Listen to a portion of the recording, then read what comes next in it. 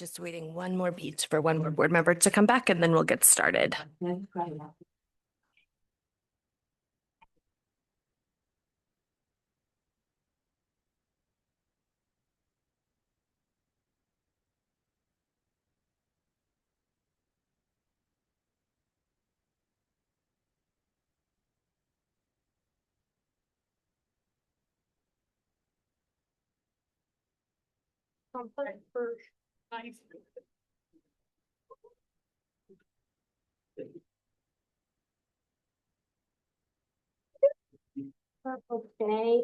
the whole time. That was such a good question. Yeah, there are people, well.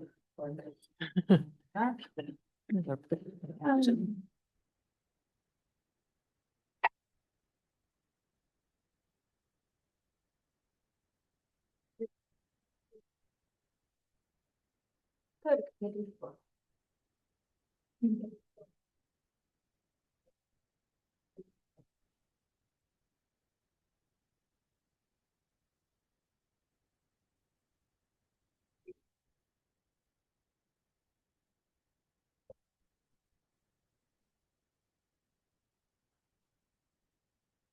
Right. I would like to call the business meeting of the Portland Board of Public Education to order. It is Tuesday, April 14th, 2026. We are meeting in a hybrid format with some of us here at Casco Bay High School and some online via Zoom. Board Member Knorr and Board Member Opperman will both be joining us on Zoom tonight.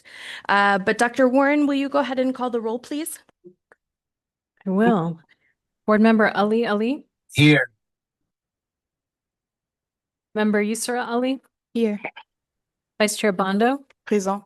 Member Bryden. Here. Member Lena. Present. Member Knorr.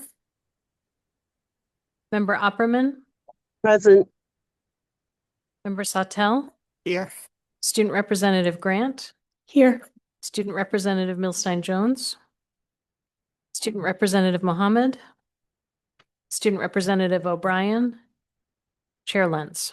Present. And Board Member Knorr is on the webinar side of the Zoom. If we could move her over, that would be great. Thank you. And now we'll do the Pledge of Allegiance, and just remember not to start until we have the flag up on the screen.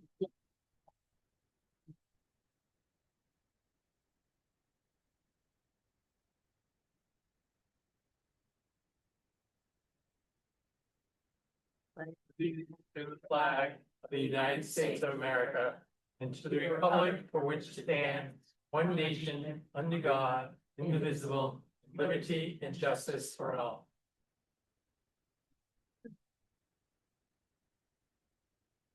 Portland Public Schools recognizes the original inhabitants of the land on which our city and schools stand. The Wolastoqey or Maliseet, Micmac, Penobscot, and Passamaquoddy tribes, known collectively as the Wabanaki Confederacy, or people of the Dawnland. We are honored to have Wabanaki children among our students today, and as a district, we are committed to making the past, present, and future of Wabanaki peoples visible in our schools and classrooms. And as a reminder of our mission, the Portland Public Schools are responsible for ensuring a challenging, relevant, and joyful education that empowers every learner to make a difference in the world.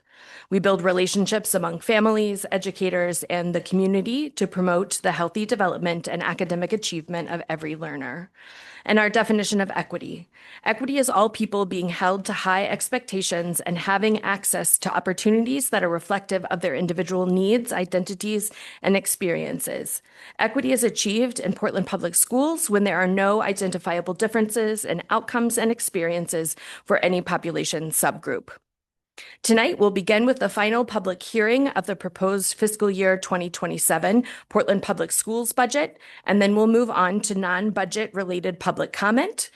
This will be followed by a regular business meeting that includes a workshop on the timeline of the middle school resolution work. The executive session at the end of the meeting has been postponed until May 12th. So before we review the budget hearing, or before we start the budget hearing, I'm just going to review the public comment guidelines. And these are guidelines that are new based on the changes that the board made at the last meeting. So as a reminder about public comment, speakers will be recognized by the board chair and comments should be addressed to the board chair. Speakers should introduce themselves by name and city of residence. That's just a note there. We used to do your full address, and now you can just use your city of residence. Members of the public may speak on any subject directly related to school and education matters, except for personnel matters, complaints, or positive comments concerning specific employees or individuals, or matters pertaining to individual students, which shall be addressed through established policies and procedures. Discussion of personnel matters is not permitted during the public comment period due to the privacy, confidentiality, and due process rights of school employees. Speakers must refrain from engaging in disruptive conduct, including but not limited to using vulgar and/or obscene language, threatening others using words or by other actions, using pejorative or discriminatory language with reference to a person or a group on the basis of their religion, ethnicity, nationality, race, color, descent, gender, or other identity factor, making defamatory comments, exceeding the allotted time limits, talking over or interrupting others, and offering comment on matters unrelated to the school and education matters. The board will not respond to any comments given. The audience is asked to refrain from responding, including applause, comments, or disruptions.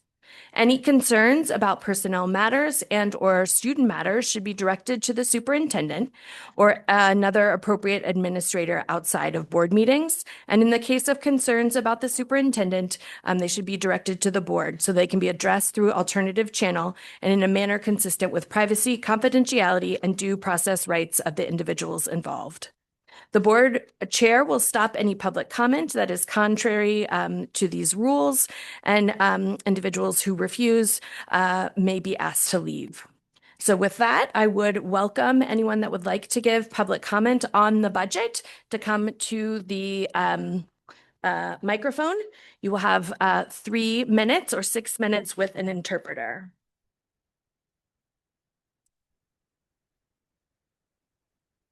Hi, my name is Christopher Terrett, and I live in Portland. I have 2 daughters, one at King Middle School and one at Portland High School.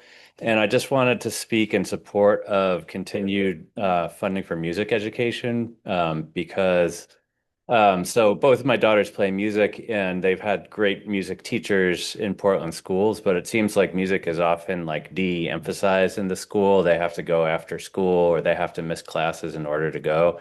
And it wasn't like that when I was a kid. And, the education that I got when I was younger really changed me. I'm an electrician, but I also play music. And you don't have to be a musician for a career to have music impact your life in a way that can be really profound. It can open you up to cultural influences you wouldn't get otherwise. It changes the way you think about things. And I think it's really important and doesn't get enough emphasis and support in the schools now. So I heard that there was a new staff position that was going to be created that got cut from this budget. So I just want to speak in support of funding that position. Thank you. Thank you. So I'm Henry Atwood, and I am a 3rd grader at Ocean Ave. I live in Portland, and I just want to say for the mobile maker space, I love it, and I think it's really fun, and all of the stuff there, and yeah. So with it and hearing that might be cut, it just doesn't make me feel good because it is fun. In 2nd grade when we were doing this thing with the sail cars, that was awesome. And I think it was also a challenge, and that's what made it fun for me personally. And also when we do the stuff with the indies, when we have the mat out for them and we have to build the stuff on it, that's also really fun. And yeah, I think it's just really fun. Thank you. Yeah, it's allowed. It's allowed. PBS students get applause. You can respond. That was awesome and makes me proud of our students in a big way. So thank you for that comment. Hello, I'm Fiona Hopper, mother of Henry Atwood, and I told him like you're not allowed to talk about fieldwork. You can talk about the whole makerspace. I am the social studies special projects coordinator for the Portland schools, and I am also a resident of Portland, and I'm in my 20th year as an educator in PPS. I'm advocating for the restoration of the experiential and outdoor learning coordinator position. During the last public comment session, I spoke about the connection between this position and Wabanaki Studies fieldwork. Tonight, I will speak about the connection between this position and the Black History curriculum and summer programming. In September of 2023, I stood before the board during a curriculum update and outlined the path from curriculum creation to implementation for Black history. During that update, I stated that 26-27 would be a trial year, and I am proud to say that despite many setbacks and uncertainties, we are on track to trial all Black history curriculum units K-12 starting in fall 2026. Like the Wabanaki Studies curriculum, the local portion of the Black history curriculum includes place-based fieldwork. These field experiences involve both community partners and community members, and I will pass out a letter from Indigo Arts Alliance detailing one of these field experiences. Fieldwork offers a critical opportunity for BIPOC students in PPS to see their identities reflected in the professional adults they encounter. Working directly with local Black artists, historians, journalists, musicians, and educators as part of Black History fieldwork benefits all PPS students. Not only is the work with community members an essential part of authentic place-based learning, it is also central to PPS's equity vision and mission. The Black history-related fieldwork planned for grades 1, 3, 6, 7, 8, and 9 will not be possible to orchestrate without the coordination and expertise of the experiential and out-of-school learning coordinator. When I started my career in PPS, we offered a robust summer learning opportunities for students. That programming has eroded, and we are no longer able to provide students that we know all that we know they need during the summer. We all know this is a major problem, and yet we have been unable as a district to build capacity and infrastructure needed to serve students who need summer programming the most. The experiential and out-of-school learning coordinator position was added a year ago in an effort to restore summer programming. We are on the brink of being able to do that. Eliminating that position will put us back at square one. The experiential and out-of-school learning coordinator provides the institutional and programmatic stability needed to ensure universal access to fieldwork, so it isn't just schools with well-funded PTOs that get to do cool things, and universal access to summer programming. Restoring this position is an equity move that aligns with the core mission of PPS, and I hope you restore the position. Thank you. Thank you. And here's the copies of the letter. Perfect. Yeah, if you want to just start them over there. Great. Coming up. And then after Angie, we'll do Anthony King online.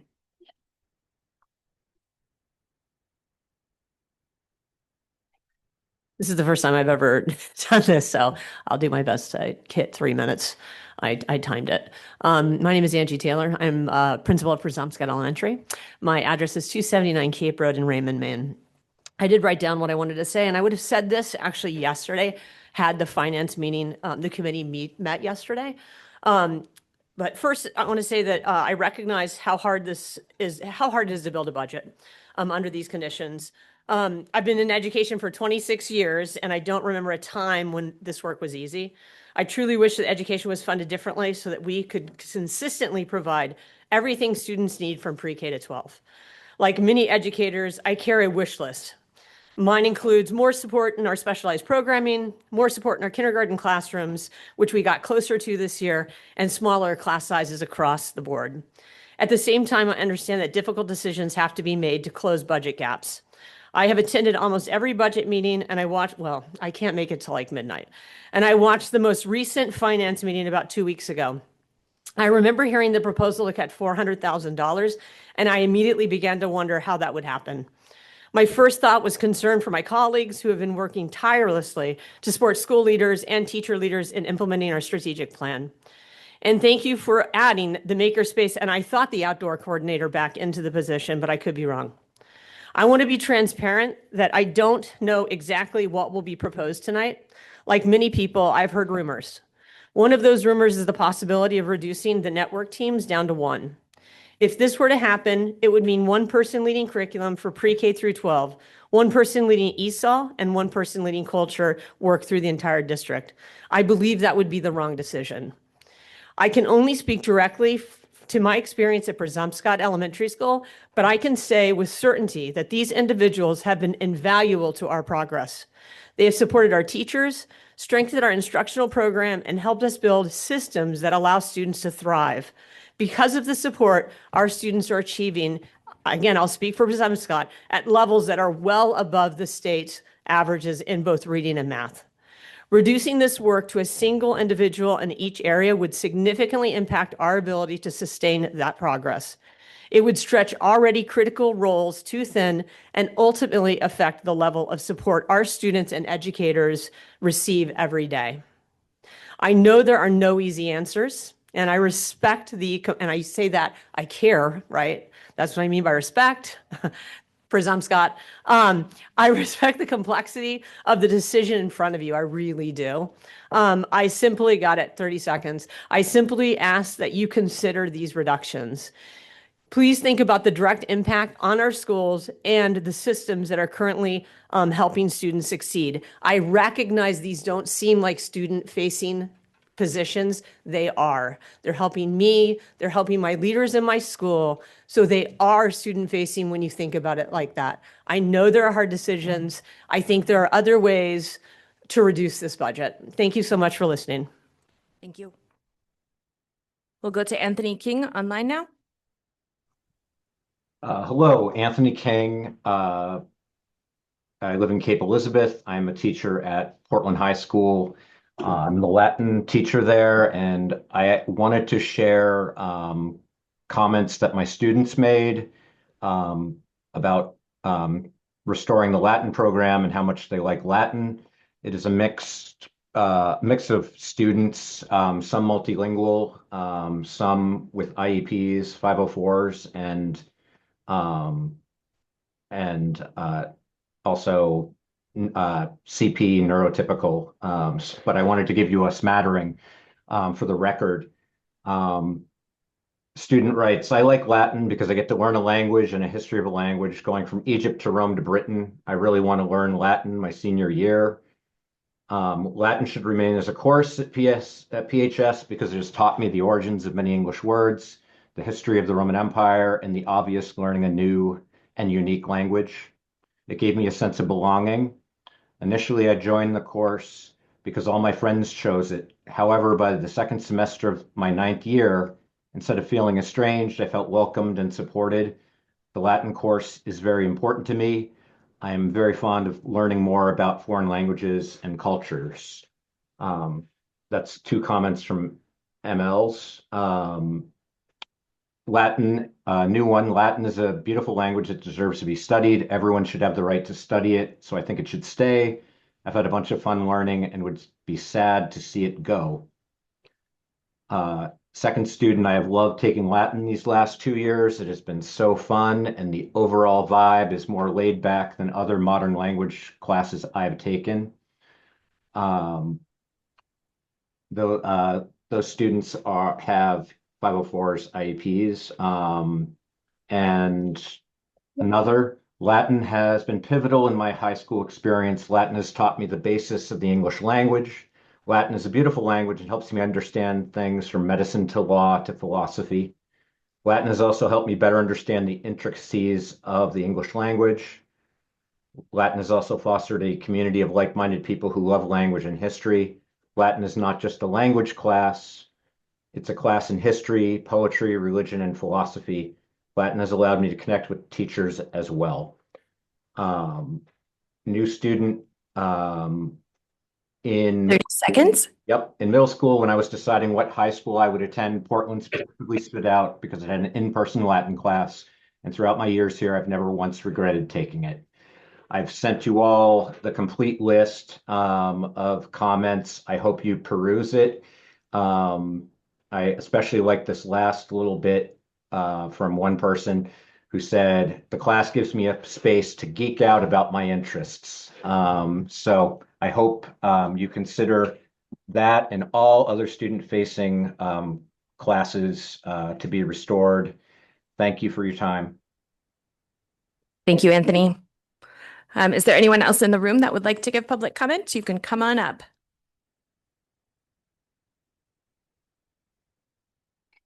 I'm getting there. Take your time. Hi, my name is Rory Crossman. I am a teacher at King Middle School. I'm from Biddeford, Maine. I have 2 points that I wanted to bring up. One, in our success of Portland Public Schools, a lot of that is building relationships with our students. It's putting them first. It's giving them opportunities to figure out who they are and who they could become. And I really hope that as we're working through this budget, that we consider all these student-facing roles and all the roles that the teachers are doing in the classrooms and outside of the classrooms. My second point, around middle school, there's a lot of talk, and I'm asking that we have more transparency about what's going on, that we value the teachers and the work they put in with these kids every day. We're not just delivering curriculum. It's middle school. There's a lot that goes on outside of that. There's a lot of stuff that happens in the day-to-day with kids, building their social emotional skills. And you really need those teachers to be there. You need to have smaller class sizes. We need to be able to address issues that come up as they come up and not later on. And I guess I do have a third point. I was looking into central office and who everyone was and what went on. And I'd ask for more transparency there as well. What are the roles of each person? What are the roles of our network people? What are the roles of, hold on, let me look.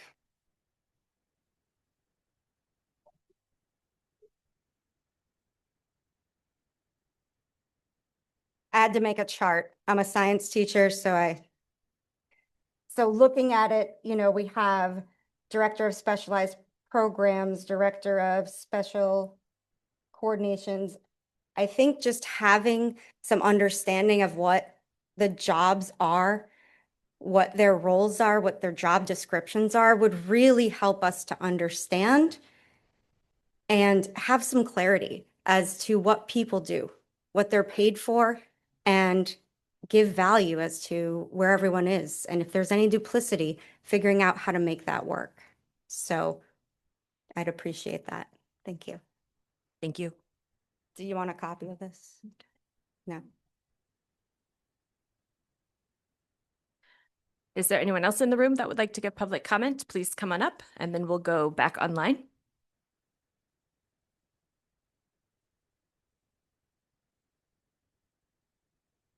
Okay, we're going to go to Victoria Karen online. Go ahead, Victoria. Good evening. School board members and Superintendent Scallon. My name is Victoria Karen. I'm a resident of Gorham. I'm a school counselor at Portland High School and a proud parent of a 2023 graduate. I'm here because the proposed reduction in school counseling positions at Portland High will immediately impact the students' access to critical supports. I see every day how deeply students rely on these services, and I'm here to ensure their voices are heard. I will share with you just 3 of the more than 100 student responses from our junior planning class taught by our Portland counselors. These student voices offer powerful insight into the role of school counselors at Portland High. This semester in junior planning, I learned how to better prepare for life after high school. We explored college and career options, created resumes, practiced writing personal statements, and researched scholarships and financial aid. I also learned about important life skills like budgeting, time management, and setting goals for senior year and beyond. Overall, it helped me to start thinking seriously about my future and how to take the next steps.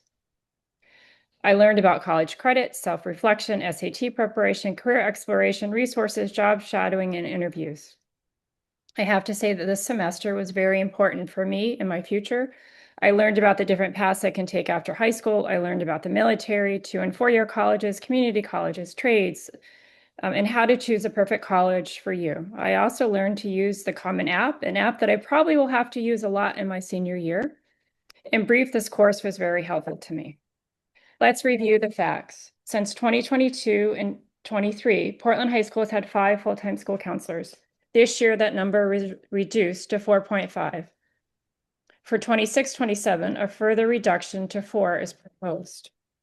I'm asking you to take a stand, support an amendment that maintains the current 0.5 position and restores our department to 5 full-time counselors our students need and deserve.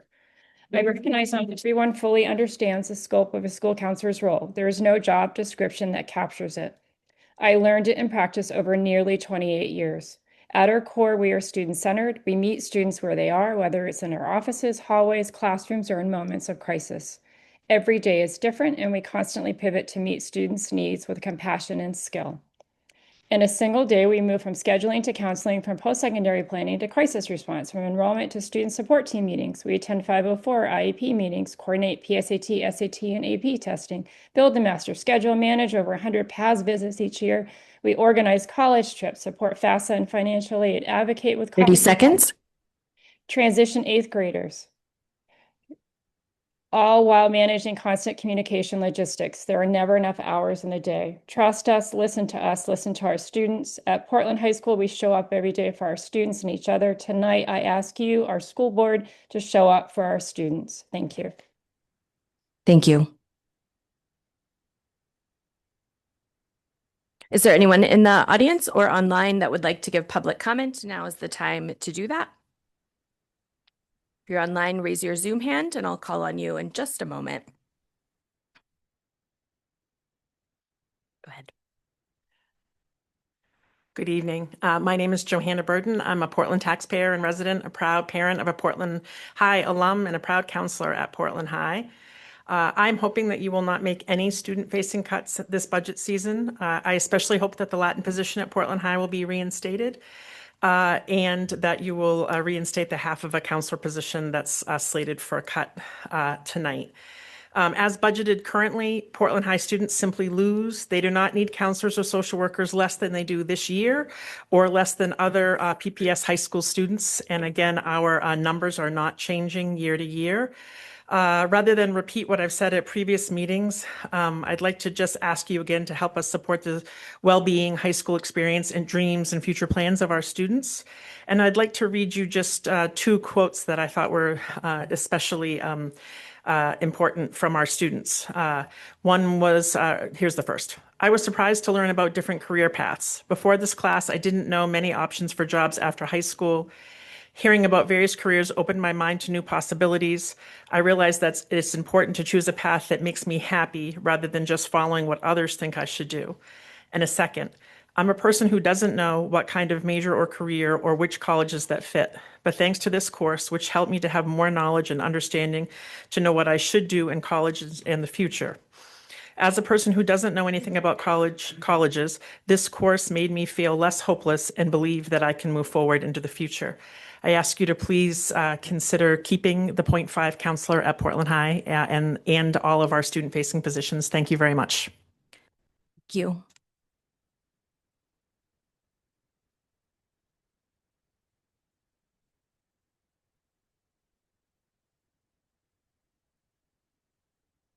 Go ahead, Jesse. Hi, I'm Jessie Muldoon. I teach at Deering. I'm a little bit of a broken record because I've said this in writing and emails and at board meetings, but I really want to say again how important I think it is that we don't have any student-facing cuts. I specifically want to talk about ed techs. I teach in special ed. I actually became a teacher, having spent a couple of years as a one-on-one in special ed, and I can't say enough about the value that ed techs bring to any special ed program that I've ever worked in. They provide in-class support, small group support, one-on-one academic support, behavioral support, support with using restrooms, support with feeding, taking kids to the bus, picking kids up off the bus, bringing students to paths, bringing students on job sites. The number of times that we can't send kids out to a job or to a program because we don't have somebody to go with them is it's just too much. It happens far too often. And the fact that the jobs, at least the ones at Deering that are proposed to be cut, are ones that are unfilled. And I have said this before, but I'm going to say it again. I think the question is, why is it so hard to fill these positions, retain people, and rather than seeing it as kind of an easy way to cut a position because it's already unfilled, I think we should be looking at the value that ed techs bring to our classrooms and figuring out ways either to bring retired teachers into becoming ed techs or supporting ed techs who want to become teachers, because many of my colleagues who are now teachers also started as ed techs, and I think that that experience is also incredibly valuable. So yeah, I've said this before, I'm not going to stop saying it, but I do really encourage you to keep the cuts away from any student-facing positions, and I especially want to speak up for the special ed programs and our ed techs. Thanks. Thank you. Okay, I'm not seeing any hands online. Is there anyone else in the room that would like to give public comment? Okay, I'm going to go ahead and close public comment on the budget. And now I will open it up for non-budget related public comment. If there's anyone in the room here to give that kind of comment, you're more than welcome to do that now.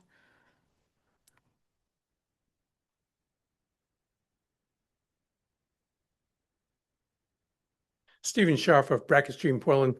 I just want to actually express some encouragement that I have been looking at budgets from several other school districts around the state and around the county. And I will tell you that the materials that are presented to you, albeit I've asked for additional material, but the materials that are presented to you are far superior than what school boards across the state and throughout Cumberland County get. And I just want to let you know that your staff does a great job in providing that information to the public and to you. Just for example, in the city of the Westbrook school budget, their entire budget is a 541-page detail of every little line item without any breakdown as to what department it really is in. That's what they get, 541 pages of a document that is impossible to decipher if you are not a financial analyst trained to analyze it. So just want to thank you for that and good luck. Thank you. Is there anyone else in the room or online that would like to give non-budget related public comment? Okay, I'm going to go ahead and close public comment then, and we'll move into a series of remarks now. So I'm going to start first. Since the last time we were together, there's been a lot happening in the district. We're entering that time of year where there's an event almost every day. But just a couple of events that have happened. The Deering Science Olympiad team won at the state level competition. They placed first and will be on their way to nationals in California. The Portland Odyssey of the Mind sent 7 teams to the state competition, and 4 of those teams qualified to move on to the World Finals in Iowa later this year. It is amazing to see what those kids can create with cardboard, and just really made me proud to be a PPS parent and board member. A reminder to everybody listening that the Foundation for Portland Public Schools has set the date for Spring for Teachers. It's May 6th, and it's an event that honors our staff and celebrates our alumni. It's one of my favorite events of the year. It's very happy and connecting and really community focused. So I recommend attending if you can. And then we have continued to track important bills that are moving through the legislature in Augusta. LD 1892, which is, and this might get boring for a little bit, so just heads up, I'm going to use a lot of bill numbers, but this is important stuff. LD 1892, the school construction bill, has passed both the House and the Senate and will now move on to the governor. That bill could provide really substantial funding for Portland around school construction. The superintendent will share more in just a couple of minutes about LD 2226. And also LD 2239 had a public hearing today. For those of you who are not able to follow the bills as closely as the nerds up here, this bill is connected to the statewide referendum to designate school sports participation and facilities by sex. The superintendent was one of the only superintendents in the state there. He was able to testify in person, and I submitted written testimony urging the committee to vote ought not to pass. And to make clear that we have a moral obligation to support all of our students, and that this bill also carries serious practical and fiscal consequences for our district. And just want to point out a couple of things about this bill and upcoming referendum. The legislation in this bill, it targets specifically one group of students, but we know that targeting one group of students harms entire communities. Research from the Trevor Project shows that anti-LGBTQ plus policies increase rates of anxiety, depression, and suicidal ideation, not just among the students directly affected, but among their peers. We have seen this happen in Portland. The bill defines sex by original birth certificate, a document that school districts do not keep on file. This creates participation barrier that falls hardest on students in foster care, adopted students with sealed records, and immigrant and refugee students whose civil records may be incomplete or destroyed. LD 2239 goes far beyond athletics. It's not just about girls in sports as the way it's being publicized. It mandates strictly sex-segregated restrooms, locker rooms, and undefined other private spaces for every student every day. Combined with a private right of action allowing any student to sue, this exposes districts to significant new legal liability. Portland's current approach is already working. We've invested in single occupancy restrooms and gender-neutral facilities that protect privacy for all students and have generated zero legal challenges. The MPA, Maine Principals Association, already has a functioning policy for transgender athlete eligibility, and this bill would dismantle what already works and replace it with a rigid litigation-prone framework. And one of the things I like to point out about this is that single occupancy restrooms and gender neutral facilities benefit everybody. You cannot talk to a middle schooler who doesn't say, oh, it's really nice to just have like a moment alone by myself in the bathroom, or someday I need a little bit of extra privacy. It's a great example of the way that investing in equity helps all students, not just particular groups. But compliance with this bill would require new staff for document verification and facility monitoring, potential capital costs to reconfigure facilities, and litigation exposure, all unfunded at a time when districts like ours are already under significant budget pressure. Our job as a district and as a board is to create environments where students attend school, feel like they belong, and succeed academically. LD 2239 moves us in the opposite direction. This bill was voted down in committee, but that just means that it rolls over into a referendum and will be on the state ballot in November. So please keep an eye on this as it moves to November, and we'll be sure to give more updates. This year, working in Augusta and alongside our legislators has taken capacity from the board and staff, but it does present us with an opportunity to make real, meaningful change, especially when it has come to how schools are funded in Maine. Again, this year, we've had a challenging budget process that presented us with significant hurdles. A $4.1 million cut in state funding, which is just unheard of. No other district has ever experienced it. We have not ever experienced it, and it's been huge. We have declining enrollment, and we also have rising costs, which I'm sure everyone in this room feels at this moment. And there's not a single person in this room who wants to make any of the cuts that are being proposed tonight. I think I just want to make that super clear that this board is not out to trim what we're doing at all in any department, but it is what we are being pressured to do because of the financial reality of how schools are funded in Maine. This is my fourth budget cycle, and I've really come to realize that without massive changes in Augusta, every year we're going to be tasked with making choices like these. Last night, the city proposed a 5% increase in the municipal side of the budget. To get to that 5%, they had to eliminate over 74 positions and are increasing premiums of health insurance to all of their employees, as well as raising costs across many areas like parking, trash bags, permits, all kinds of things. So that's just a reminder that we're not alone in how hard this is. And you'll see in the newspaper almost every day budgets across school districts that are incredibly high this year. Tonight, we're going to navigate the second read of the budget together. Board members will be able to make amendments, and our goal will be to finalize a budget that we can send to the full city council, who will then have the opportunity to vote it up or down before sending it to all Portland voters on June 9th. I urge us to remember that we are all in this together. Everyone in this district is valuable and working towards better outcomes for our students. That's why we all show up every day.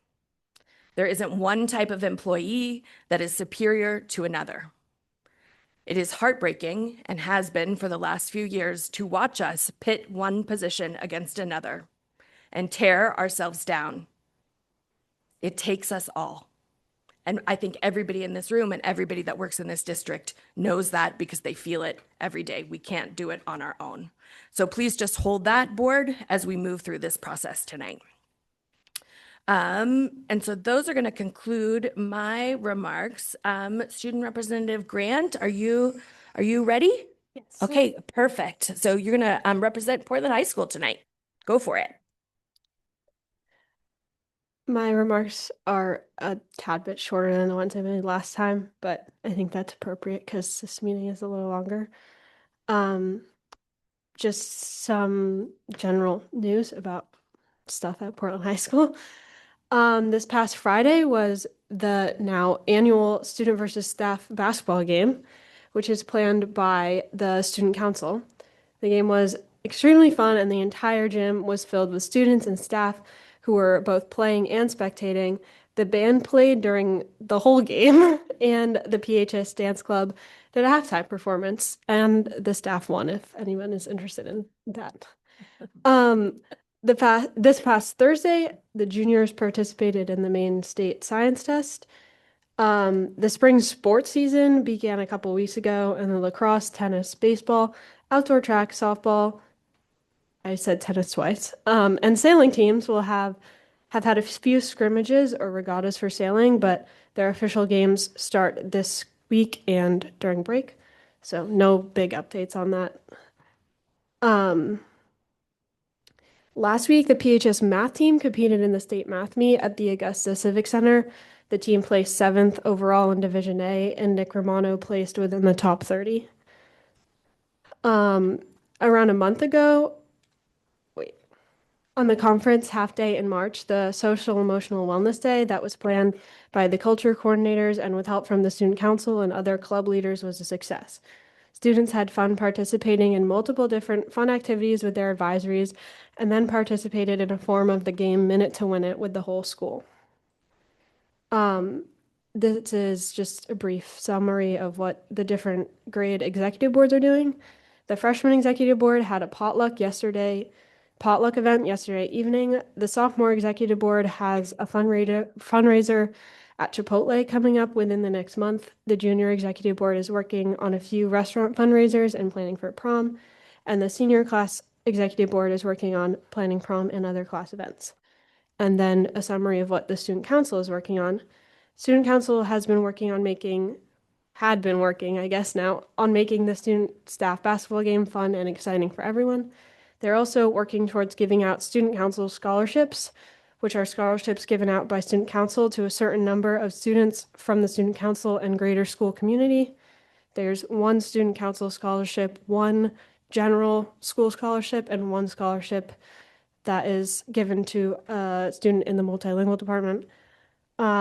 Student council will also help to plan class elections for the upcoming school year. That will happen within the first few weeks of May, and a teacher appreciation breakfast for our teachers during Teacher Appreciation Week.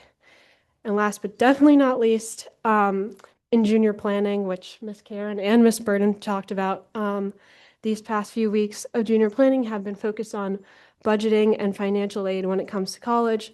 Students have learned about managing debt, different financial aid opportunities, and have compared what it would look like to attend different colleges financially. And I just want to reiterate how important it is and how much I'm a junior right now, and I've learned a lot that I just would not have learned without that opportunity. And I hope that that gets to continue next year. So, yeah. Thank you so much, Student Representative Grant. Does anybody have any questions? Yeah, Board Member Lena, go ahead. Thank you so much. I just want to clarify. So did you say that the staff at Portland High beat the Class A champions? Oh, okay. Sorry. The student team was made up of all different students, not just the entire varsity basketball team. I also don't think last meeting we had won. We did win the Class A state championship in February, which was a while ago, but that did happen. But there were a few varsity team players and also a mix of all different students and then a mix of all different staff as well. Excellent clarifying question, Board Member Lena. And just how awesome all the events that are happening at your school. And I know that that's happening across the district and all the schools. So just thanks to all the students for participating and for all of the adults making it happen behind the scenes. Any other questions for Board Member Grant? Okay. Then I'm going to pass it to the superintendent. Good evening, everybody. Tonight, Chair Lentz took a couple of the recognitions, so I'm going to jump right into some business. First, just a legislative update. Through the district's advocacy efforts, we anticipate receiving approximately $420,000 in additional funding through the state supplemental budget in FY27. Second, LD 2226 has passed. That is the bill dealing with school funding. This is a more trimmed down version of the funding formula changes that were originally proposed. The bill as passed includes a regional salary adjustment and moves to a 90-10 weighting of local property valuation and low-income student enrollment. We estimate that the impact of LD 2226 on our FY28 budget could be approximately $3.9 million in additional state funding. However, that estimate assumes that the state continues to fund education at the 55% level and includes the additional costs in the upcoming biennial budget. We'll be watching this closely as the state budget process moves forward. Last night, I had the opportunity to join City Council. As you know, the board approved a series of capital improvement projects earlier this year for inclusion in the city's overall capital improvement plan. The plan was scheduled to come before the City Council for a vote last night, but it was tabled. The Council is now expected to take up the SIP vote at their April 27th meeting. Additionally, we expect to receive the External Facilities Assessment Report on Lincoln Middle School the week of April 20th. We will share those findings with the board as soon as they are available.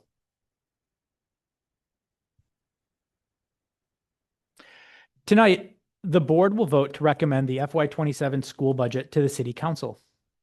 Before we do, I want to be clear about the environment we're operating in. First, a positive update on the tax rate picture. The city has provided an estimate for the growth in local assessed property valuation of $150 million. That growth estimate has the effect of lowering the tax rate impact of the Finance Committee's recommended budget before any amendments we consider tonight from 6.39% to an estimated 5.61%. For the average homeowner, that brings the estimated annual increase from $227 down to $199. I want to note that these are estimates. The final tax rate will not be determined until the assessor's office completes its assessment work and the appeals process concludes later this summer and fall. I do share it, however, as I've gotten questions about what the likely property value increase is and what its impact is. As Chair shared, last night, City Manager Danielle West presented her recommended FY27 municipal budget to the City Council. That budget tells a story very similar to ours, rising costs and difficult choices. The City Manager's budget eliminates 74.3 positions, has significant increases to health insurance premiums, that will be carried by employees, and uses $4 million in fund balance, all in an effort to hold the municipal rate below 5% overall. We're navigating similar pressures on the school side. Health insurance costs are rising sharply. State and federal funding continues to decrease. And every dollar we allocate is a dollar we are asking Portland taxpayers to invest. Our Finance Committee worked to bring down the school tax rate from 7.3% to 6.39%. That required a $1.1 million reduction from the original proposal. Those were not easy cuts. Behind every line in this budget is a person, a teacher, a counselor, an ed tech, an HR analyst, or a data manager who shows up every day for our students and for our staff. I want to take a moment to thank Lisa Beck, Heather Peters, and Matt Dubell for their work on this budget. The amount of time and care they've put into this process, running numbers, preparing amendments, responding to questions has been tremendous, and I'm grateful for their dedication. I also want to thank school leaders and department staff who wrestled with difficult trade-offs. The board, the finance committee, and the community members who also participated in this process have made this budget stronger throughout this. Finally, I want to remind everyone that tonight's vote is not the end of our budget process. Once the board approves the budget this evening, it moves to the City Council for bottom line approval. We will need the support of board members, staff, families, and community members to engage the City Council and make the case for why this budget matters for Portland students. I will share more details on that timeline and how people can get involved as we move forward in the process. Thank you. Thank you.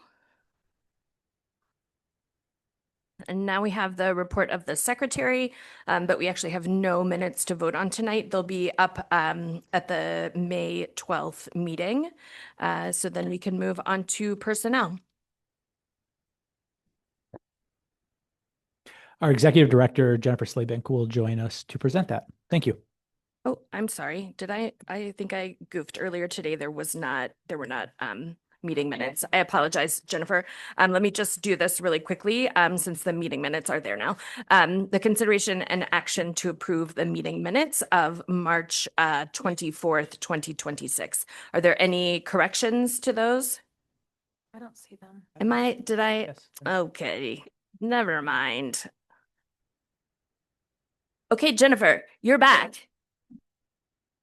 Okay, thank you. So we have two items for your approval this evening. The first one is probationary teachers, and we have that we're putting forward in front of you today, a school psychologist. Very exciting. Beautiful. Are there any questions from the board on this position? And Superintendent, if you could help me with an eye on Zoom, that would be helpful. Any general discussion from the board?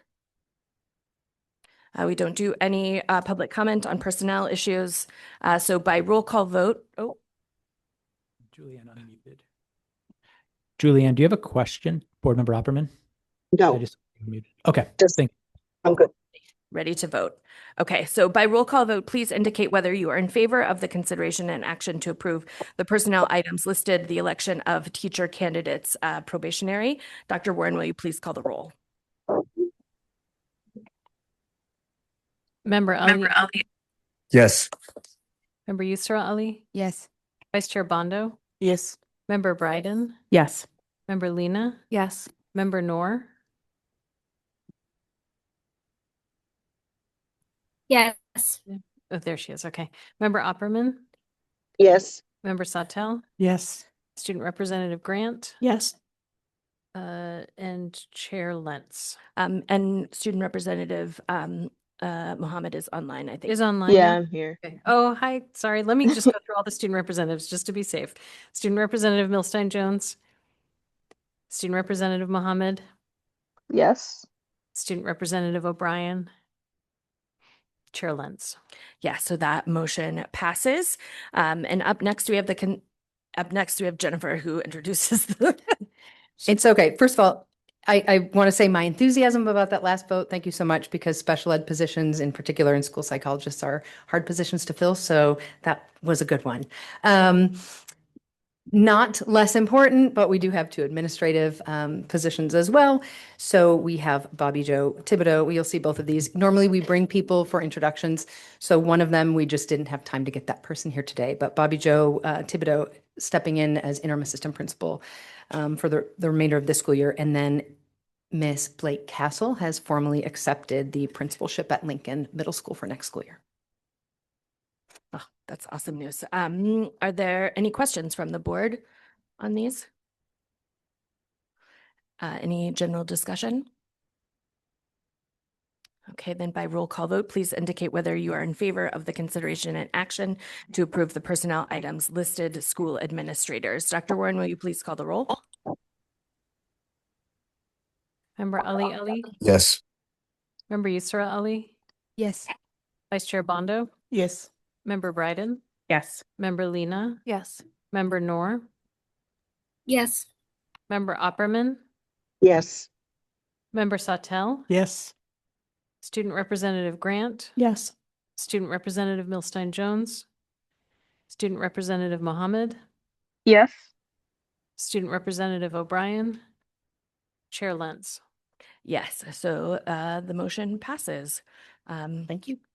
Yeah, the mayor has a tagline after he gives away business permits. Like, thank you for doing business in the city of Portland. And I feel like we need one for our hires because I just get really excited. So thank you all for joining PPS or moving into a new role in PPS. Okay, up next, we have old business, which is the consideration and action to recommend the proposed fiscal year 2027 school district budget to the city council for approval. Just as a reminder, this motion or this budget started with the superintendent's budget. It was moved down to the finance committee and has moved back to the board. We had a first read on that, and tonight is the second read where you will likely see some amendments from board members. We do have a fair amount of amendments tonight, and so we'll go through the process, but let's get the motion on the floor, and then we can dig into it. So is there a motion for the thank you, Board Member Bryden. Is there a second? Thank you, Board Member Ali. Are there any questions on the motion from the board? Okay. And I know that we already had a public hearing on the board, but given our new public comment rules, we can do public comment again now for the budget, if anyone has additional public comment for the budget. Let me just double check. Nothing online. Okay, I'm going to go ahead and close public comment. Oh, Stephen Scharf right under the gavel. Stephen Scharf, Braga Street. I actually just have one request. In reviewing the budget material just now, I noticed that there is no list of your complete list of all the FTEs in the system for this year. There is a list of the school-based FTEs, but not the central office FTEs, and thus not also the full amount of. So if I can just, if you can be informed of what the total number of FTEs are, and specifically school, the central office or non-school based FTEs would be the way. Thank you. The board will allow a response. Yep. Yeah, just real quick on the question of the FTE count. I think there's two places to see it for departments, and we can also put it together, Stephen, for you in the chart you're sort of used to. One is each department page has where it has the staff from this year and next year on it in the budget book. And then second, it was posted online last meeting or the meeting before, a list of all central office positions, how it changed, and the roles for each. That's also available in the FAQ document on the district's budget site. Thanks. Thank you.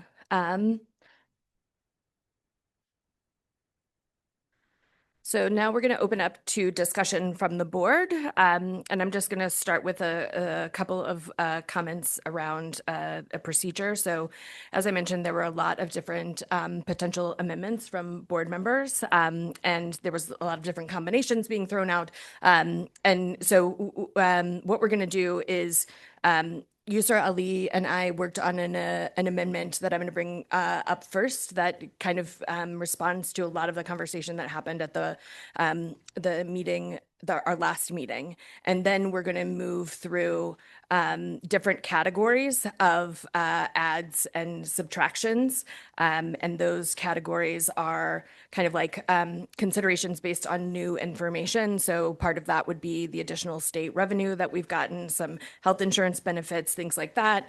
Then we'll move to school-based positions, then network positions, and central office positions. And then we'll move to anything else that hasn't been covered. But that's how we will move through this process tonight.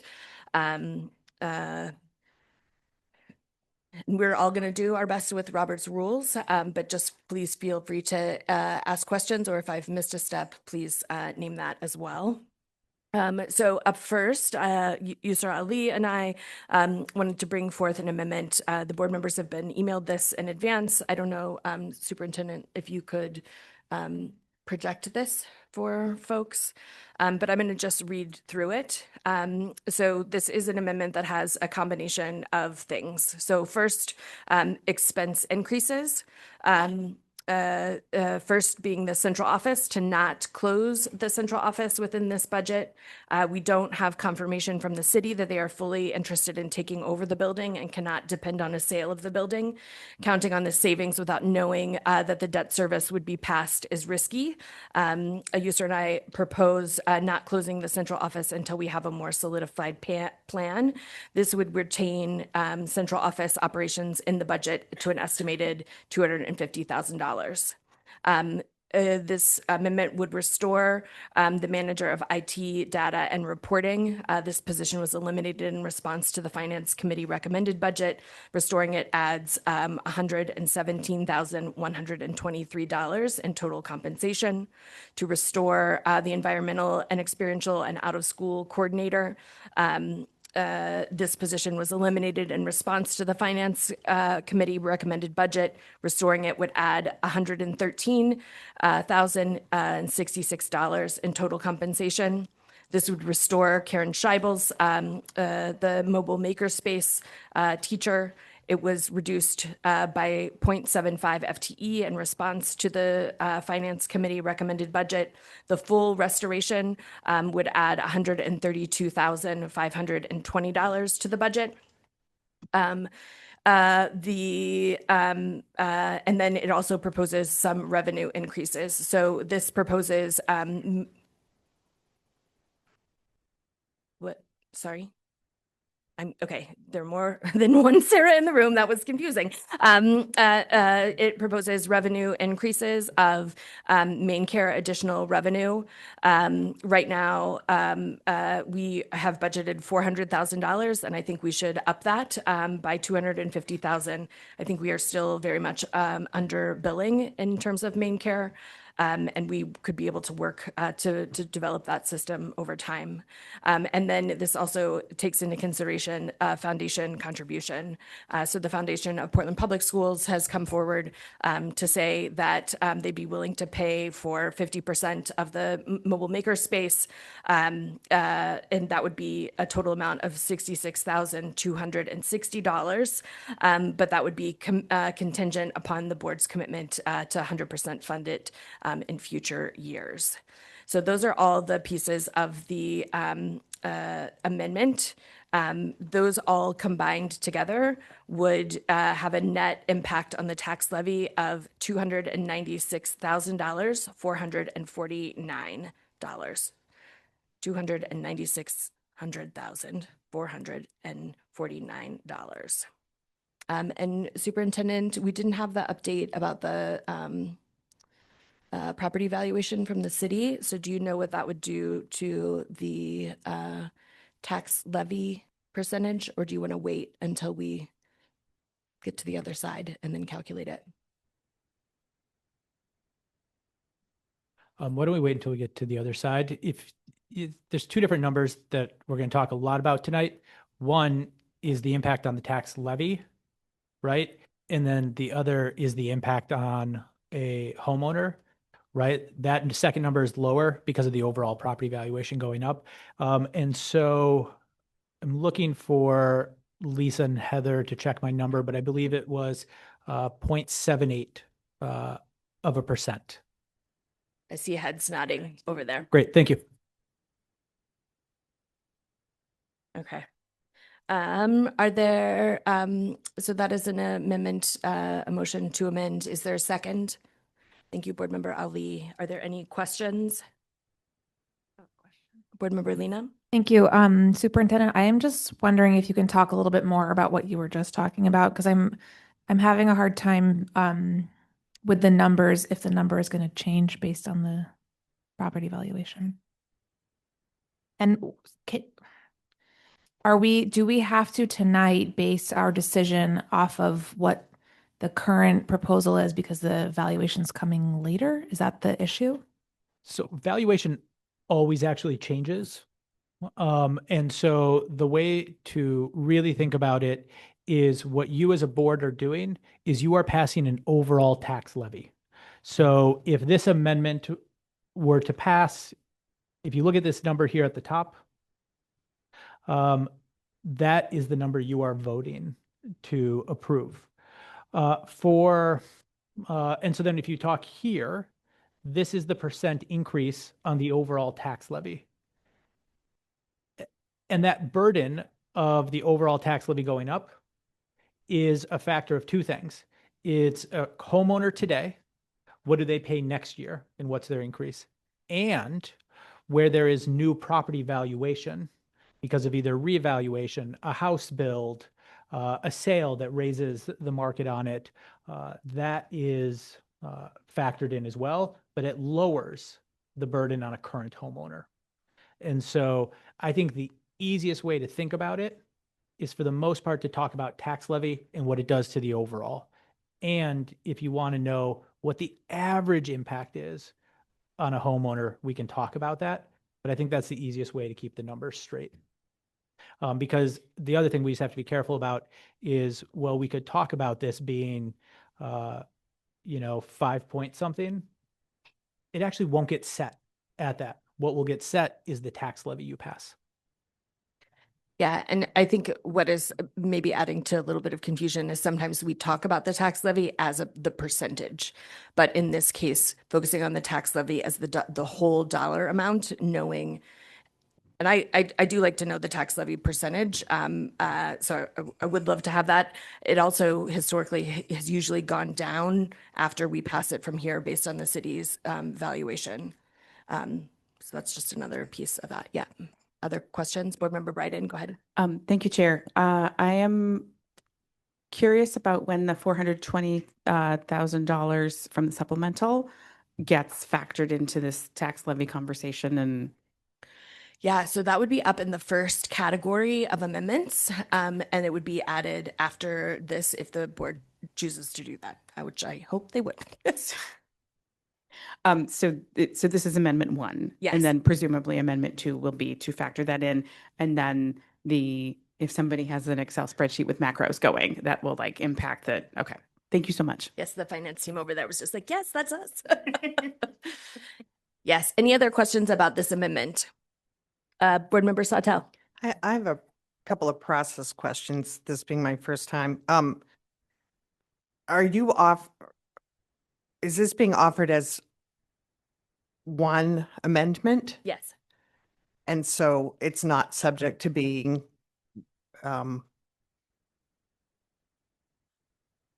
broken down by various elements? Okay. And at what point tonight do we have a discussion about this? Right now. This is the discussion on this amendment. Okay. I would like to address some of the items in this amendment. And I don't know the best way to do that. Can you say more about what you mean by addressing that?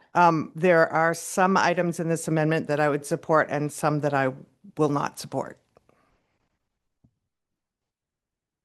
So you can share that now if you want. It's up to you, kind of what you add to the discussion at this point. But this is the amendment on the table. Okay. Well, I'll go right down the line then, if that's okay. Again, it's up to you. Okay. I'm concerned about central office. And it came up as a matter of the budget originally from me in the finance committee meeting. My concern is not just financial. It's also about the building. As people know, I've been in the system a really long time, and my husband was one of the original inhabitants, that's not the right word, of that building. And at that time, I had huge issues with the building. I don't think it's a suitable building for us to be occupying for a number of reasons. And I don't see the benefit in waiting to make a decision about it. I did a quick survey of some of the other facilities, and for instance, at Portland High School, right down the street, on the level where I used to teach, the basement level, which is right near Portland Public Health, there are 5 empty classrooms, including a classroom that has a separate office as part of it. And I know with the Boundaries Committee, we heard a lot about extra space and underutilized space around the city. And I don't understand why we wouldn't want to take advantage of that right away, regardless of what it does to the budget. So if I could respond, because the intention behind this is to just not count potential savings in the budget, but to move forward on, I think that there is agreement within the board that we need to look at alternatives to move out of that building. And all of those will still move forward. This just means that we're not putting the savings into the budget because we don't know how we will offload that building. Does that make sense? Yes. Can you explain to me why it's our responsibility to offload the building if the city owns it? Because we have the debt service on it. That belongs to us. So we can't just move out of the building without having somebody take over the debt service for the building. I know it's not intuitive. And I don't know, Superintendent, if there's any other context you would say, but like, we are paying for that building to be in it, and the debt service is ours.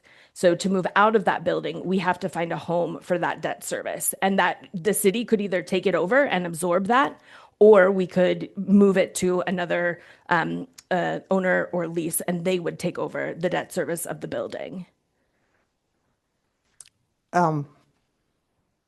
Has that been made? I mean, could that be made public? Like, we're looking for someone to take over the debt service. And I know I'm probably using wrong terms and speaking out I of think turn, but that's your just sentiment asking is a question. clear. I mean, I think that what I think is not going to be able to happen is that we would have clarity on who that would be before we have to move the budget from the board to the city council. Like, we can't guarantee that someone will take over that space by the end of this meeting. I understand that, but if it hasn't been announced to the general public that we're looking to vacate that building, then we wouldn't know. Right. And I think and Superintendent, jump in if I'm misrepresenting, but the path of least resistance here is for the city to use it as the shelter. Right. And they are engaged in that process, but their timeline is different than ours. So they still want to think about potentially taking that building for a shelter. I think there's potentially 3 questions. I think we have to be really careful about assuming that somebody will take on the debt service. It's a municipal bond that is holding it. And so it's not something that another party in the community could just take on.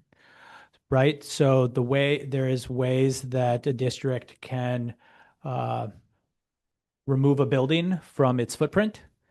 And one of them is working with the city to take it on, and then to potentially either use it themselves or to sell it.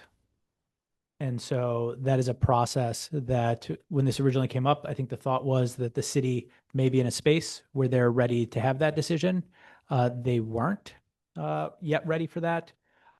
And so this is where it sits. I think from an impact that it would have on taxpayers is if this shifted from our costs to the city's costs, which I'm not sure exactly how that would work, the city still has to pay for that debt service. So it doesn't come off of that. And I think the other piece that we've heard from the board, well, not in a formal resolution, is an interest in being out of that building. And so that is something that we plan to pretty aggressively explore within the facilities assessment. Okay, I'm gonna move on. I'm concerned also about asking Foundation for Portland Public Schools to cover what should be teaching position paid for by the Portland Public Schools. And they have a lot of amazing projects that they support. And I think it's our responsibility as a school district to fully fund that position myself. So that's another one that I am very leery of. And the third is main care additional revenue. I have heard a lot over the last couple of weeks from various members of the district staff that are extremely concerned about putting that into the budget. I've had phone calls and meetings and emails, and I'm not sure. No, I know that there's a lot more to that billing than simply saying we're going to bill. A lot of it has to do with credentialing and licensure and who's working on whose licenses. I think a lot of it would open up the Portland School District to audits, potential lawsuits, people working under somebody else's license, and there being one problematic, I don't want to use the word fraudulent, but I can't think of another word, claim, and that could potentially make somebody lose their license. I have a lot of notes here because when people call me to talk to me about it, there's just so much that is questionable about that, and I don't want to have that in the budget. I think it's a great goal, and I would support looking into that in the future. But it really makes me nervous having it in the budget. For one thing, if we're talking about social workers and, like therapeutic services from social workers to be billed, like there's a whole piece around translation of goals that parents and students have to sign off, which would be an expense.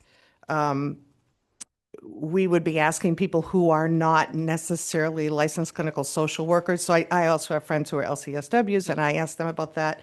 Can I just respond to the, like, you'll notice the language does not say where it comes from. Right. So it's not saying that we have to do it some way or another. It is saying that we need to increase this pipeline around main care, and we have to figure out how to do that. And I know, like, some of our occupational therapy, physical therapy are currently doing that. I heard from a couple SLPs who were really concerned about the number of people working under one singular person's license. To me, it can't be in the budget, not at that amount and not right now. Yeah. We're not ready. I don't know, Dr. Warren, if you want to speak to kind of like how we would go about increasing main care. Well, the starting point would actually be making sure that we're recouping all of the money right now that we can and should be recouping, which we're already working on. So Jesse Applegate, our Senior Director for Special Education and Student Services, made a presentation last night to the Curriculum and Student Success Committee. It was 9 o'clock and a little rushed. So I'm not sure that everybody, got to see the full detail that would be helpful, but something certainly we can come back to share more of with the board. But one of the things that the expansion of that team has allowed us to do, particularly by adding someone who's focused on data and someone who's focused on related services, this year. Those two folks have been working together with our finance person, and they've been really pulling out all the stops to try to understand better and build this system. We were not recouping main care money at all a couple of years ago. And so we have gotten up to 300 to 400,000 last year and this year.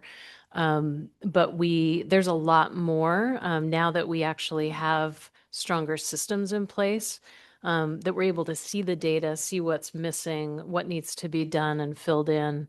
And that is the first step, really, is to strengthen those systems. And so I actually think before we even move on to another category of people, social workers would be the logical place to explore. There's a lot of money that we can still recoup just by strengthening those systems and making sure we're not leaving anything on the table. Thank you, I Dr. can't Warren. say the amount, to be honest, at this stage. Did you have anything else that you wanted to add? No. Okay. Other discussion from board members? Vice Chair Bondo, go ahead. Thank you. Want to get some on your net impact on the tax levy since we don't have any reductions here. What's on your amendment, and also the revenue increase, like I heard, and also the presentation yesterday was just like over 36 slides, so we could really get the impact of those kind of reimbursement and billing. So I'm just wonder if those revenue increase, especially for the main care, is mostly some probabilities, or we are sure then we really can get more than what we're expecting here. So to answer your first question, the total dollar amount on this amendment would be adding $296,449 overall. And I think the history of our main care billing, we have set goals and then had updates on how they're working or not. I feel confident based on the last 2 years that we set goals that are reasonable and we have met them. And again, like we have so few levers of revenue to pull on that we need to pull on this one. Board Member Bryden, go ahead. Thank you, Chair. I have two relatively quick questions to just sort of address some of the things that Board Member Sautel was asking about on the central office piece. I want to make sure that I fully understand. If we take the $250,000 savings out of the budget because we're not sure yet what the city's going to do, does that close off the option of vacating the building? Can we continue to pursue options for where staff can be, and then have it be a disconnect, basically, like if 6 months from now the city says, oh, family shelter, here we go, then we will get the savings prorated later. It just won't be part of the budget that we vote on tonight. Is that correct? That is correct. Okay, thank you. And then my other question has to do with the main care piece. I just want to validate that an additional $250,000 is an approximate estimate based on what staff review has said is reasonable. And I just want to validate that that would be following the law and compliance and like all of these metrics and all of these processes. We wouldn't be billing for everything. We would be billing for the things that make the most sense, that are compliant and legal and all of those things, correct? Okay, super. Thank you. Can you say that on the record, please? I mean, yes, everything we do, we have to follow the law. And whenever it comes to even the $400,000 we have budgeted this year, it's an estimate of what we think we will bring in. We don't stop when we get to $400,000. And we know that we don't try to think of it as recouping every dollar, right? And so as Dr. Warren mentioned, the potential of expanding to social workers. If that's the case, we're not going to try to bill for every hour of every service that a social worker provides, but instead look at how we can be as efficient and as effective as possible on this. Thank you. Other discussion from the board? Board Member Ali or Board Member Noor, do you have any discussion on this? Just want to make sure. Okay. The only thing for me is there's a lot of agreement and alignment with my amendment. So I don't know how, if this would pass, and maybe I would have to just remove some things from my amendment. But I'm in a lot of agreement. One of the only things that I'm not in agreement with is the 50% that the Portland Schools Foundation, I think it was whatever it's called, that they're going to pay for one of the positions. The other option that I heard was, the current option that we're discussing is 50% for the Makers Foundation or Makers whatever position that they're going to pay for. The next year we pay for it. The other option was 25% that they pay for this year and in continuance. I feel as though that it would be better if we accepted the 25% and then in continuance over the years, because it would be a larger saving.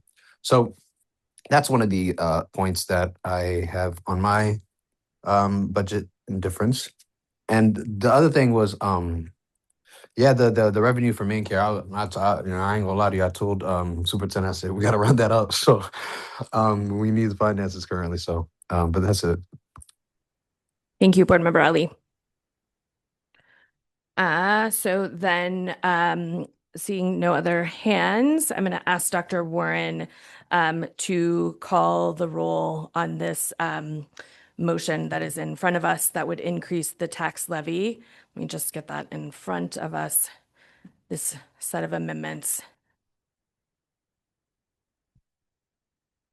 that would increase the tax levy in total dollars by $296,449. Dr. Warren, will you please call the roll? Can I just clarify? I did not capture the first and second on this amendment. The first was Bryden, and the Bryden. second was Yusra Ali. That's who I had for. No, that was the first. That was the budget bringing to the table. Yeah. I made the motion. I was the first, and Yusra was the second on this amendment. Okay. All right. This motion to amend. Okay. Thank you. Okay. Member Ali. Yes. Member Yusra Ali. Yes. Vice Chair Bondo. Yes. Member Bryden. Yes. Member Lena. Yes. Member Noor. Yes. Member Opperman. Yes. Member Sawtell. No. Student Representative Grant. Yes. Student Representative Milstein Jones. Student Representative Mohammed. Sorry, yes. Student Representative O'Brien. Chair Lentz. Yes, so the amendment passes with the students voting with the minority or majority, excuse me. So up next we have for the first of the categories that I mentioned. So the first is budget considerations based on new information. So one of those would be the additional state revenue, which was $428,000. So I would make the motion to add that additional state revenue in the amount of $420,000 back into the budget. Would there be a second? Thank you, Board Member Bryden. Are there any questions on that amendment, that motion to amend? Hold on one second. I hear there's one on Zoom. Yes. Go ahead, Board Member Ali. Yeah, my only question is, so that the 420,000 is actually going to go into the supplemental budget for this upcoming one? Yeah, so it goes into our budget. Yes, it's from the supplemental budget in Augusta, but it goes into just our regular budget. Okay, awesome. All right. Thank you. Any other questions from the board? Board Member Bryden? Thank you, Chair. I'm curious if we could get just sort of like a running test. So I jotted down that the original, so we were talking about $8,130,000, $968 as the starting point in terms, and then we added the 290 whatever. If we then subtract the 420,000, I'm wondering where we are for the Great question. Yeah. And also, Greg, the monitor that the board looks at is not working. So if we could get that back online, that would be helpful. Superintendent Scallon and Finance Team, are you able to? Chair, sorry, I have alerted him to that, but he's not able to fix it without coming out here. So I think if we want to do that, we'll probably have to take a recess. Okay. What do you want? Would you like a recess? Okay, then we're gonna take a 10-minute recess, hopefully to fix the TV so that all board members have the same information. We'll be back at 7:40.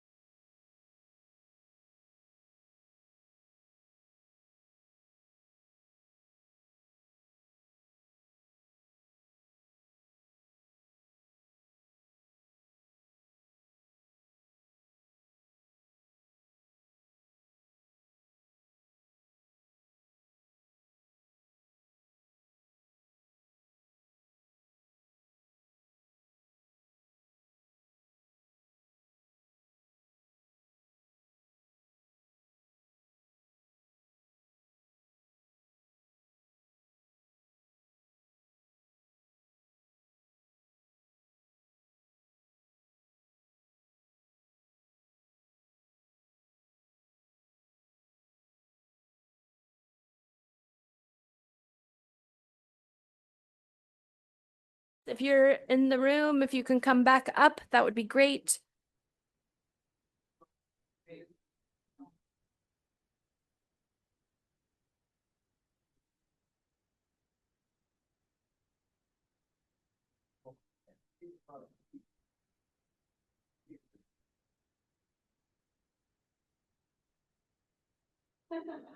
All right, looks like we are back.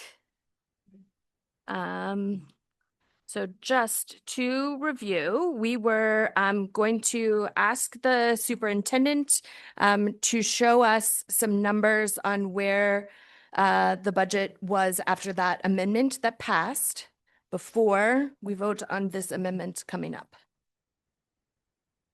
Yeah, and I'm going to just read this out and then we will move it over to a screen that you can see real time. The amendment that just passed put the tax levy at $135,653,396. It put the tax levy increase at 6.624. And it put the estimated tax rate increase at 5.844. Thank you. And Board Member Bryden, just to go back to your question, would you like what would happen to those numbers if we add the 420 back into the budget? So Superintendent, whenever you can get that, please.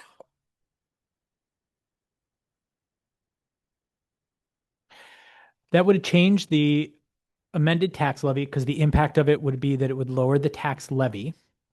It would put the tax levy at $135,233,396. It would put the tax levy increase at 6.294, and it would put the estimated tax rate increase at 5.514. 5.514? Correct. Okay. Is there any other discussion about this motion to amend?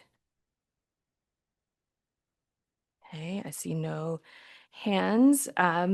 So then by roll call vote, please indicate whether you are in favor of adding the $420,000 back into the budget from state funding, additional state funding. Dr. Warren, will you please call the roll? Member Ali? Yes. Member Yusra Ali? Yes. Vice Chair Bondo? Yes. Member Bryden? Yes. Member Lena? Yes. Member Noor? Yes. Member Opperman? Yes. Member Sawtell? Yes. Student Representative Grant? Yes. Student Representative Milstein Jones? Student Representative Mohammed? Yes. Student Representative O'Brien? Chair Lentz? Yes, so that motion passes. So up next in this category of new information, there was some early childhood pieces that came through, and I don't know, Superintendent, if you want to talk about what those were. So the expansion of early childhood services has positions that we, in our initial proposed budget, proposed adding, with the assumption being that the state would fully fund them. In conversations with the state has said that they will not fund the three positions, and our team felt like that was comfortable. And so just to be really clear, these are positions that don't currently exist in Portland Public Schools. These were proposed positions. The three proposed positions were a social worker, an additional social worker, for $97,295, an early childhood inclusion coach at $109,647, and they reduced the business manager from our proposed 1.0 to a half a person for a overall budget impact of $45,650. And so these three positions, if the board will move this amendment forward, will lower the overall budget, both the revenue and the expenses, but will not impact the tax levy. Could you read the number of reduction? The three positions are proposed social worker, proposed early childhood inclusion coach, and a half a business manager. And the dollar amount is $252,592. $192. Okay, so I would make a motion to eliminate the proposed social worker position, eliminate the proposed early childhood inclusion coach, reduce the proposed business manager by 0.5 for a total reduction of $252,592. Is there a second? Thank you, Board Member Yusra Ali. Are there any questions on the motion? Board Member Vice Chair Bondo, go ahead. Yes, no, I just want to make sure then if we can maybe for the 27, 28, if we need those positions, we can advocate to have them on the local budget. You want to talk about that, Dr. Warren? Sure. So this is a complex process that we're learning and working through with the state as we take over this transition of special education services for early childhood from CDS or Child Development Services to us as a district. So there is a complex sort of formula funded process and then a little bit of negotiation around the edges of that. So where we have landed for right now, we believe is comfortable for us with the subtraction of these three positions. But the way that this works with them is that we do a quarterly report and review, and they disperse the funds quarterly. And so if things change along the way and we have justification for changes, or next year as we're looking ahead and we have rationale and sort of documentation to show that we need additional things, we can have that conversation with the state and we can put forward our proposals and our recommendations and our rationale for why we think we need what we need, and then we open up that discussion with them. So that's the when I look at on the budget proposed is those that for the early child with the 2.5 million, right? This is under the so investment.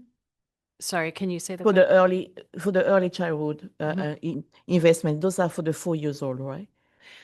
Right. So this, in particular, what we're talking about right now is the portion of that early childhood budget that is about us taking over special education services and responsibility from the state. Okay. And we are only doing that for 4-year-olds in the coming school year. Right. For the next school year, we will also take on responsibility for 3-year-olds across the city. And we will go back to them with a whole other budget and proposal and plan for how we're going to do that. So undoubtedly, we will require more staff for the following year, but we don't have that all sort of figured out yet. So yeah, I just want to, if maybe Superintendent, you can get me back the number of what we have in our overall for the specific one is 2 million or 4 million? Oh, for that line? Yes. I don't have that in front of me.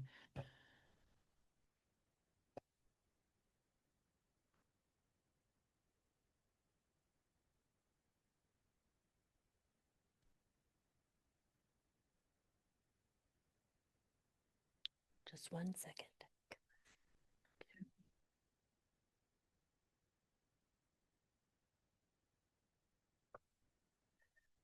Heather and Lisa, if you have that number easier, feel free to yell.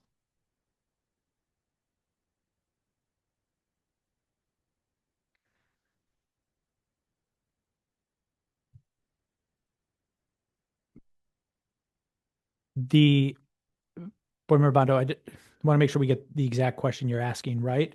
The Finance Committee revenue, which would match the expenses, Right.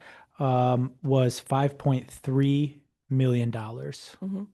And so this is lowering that.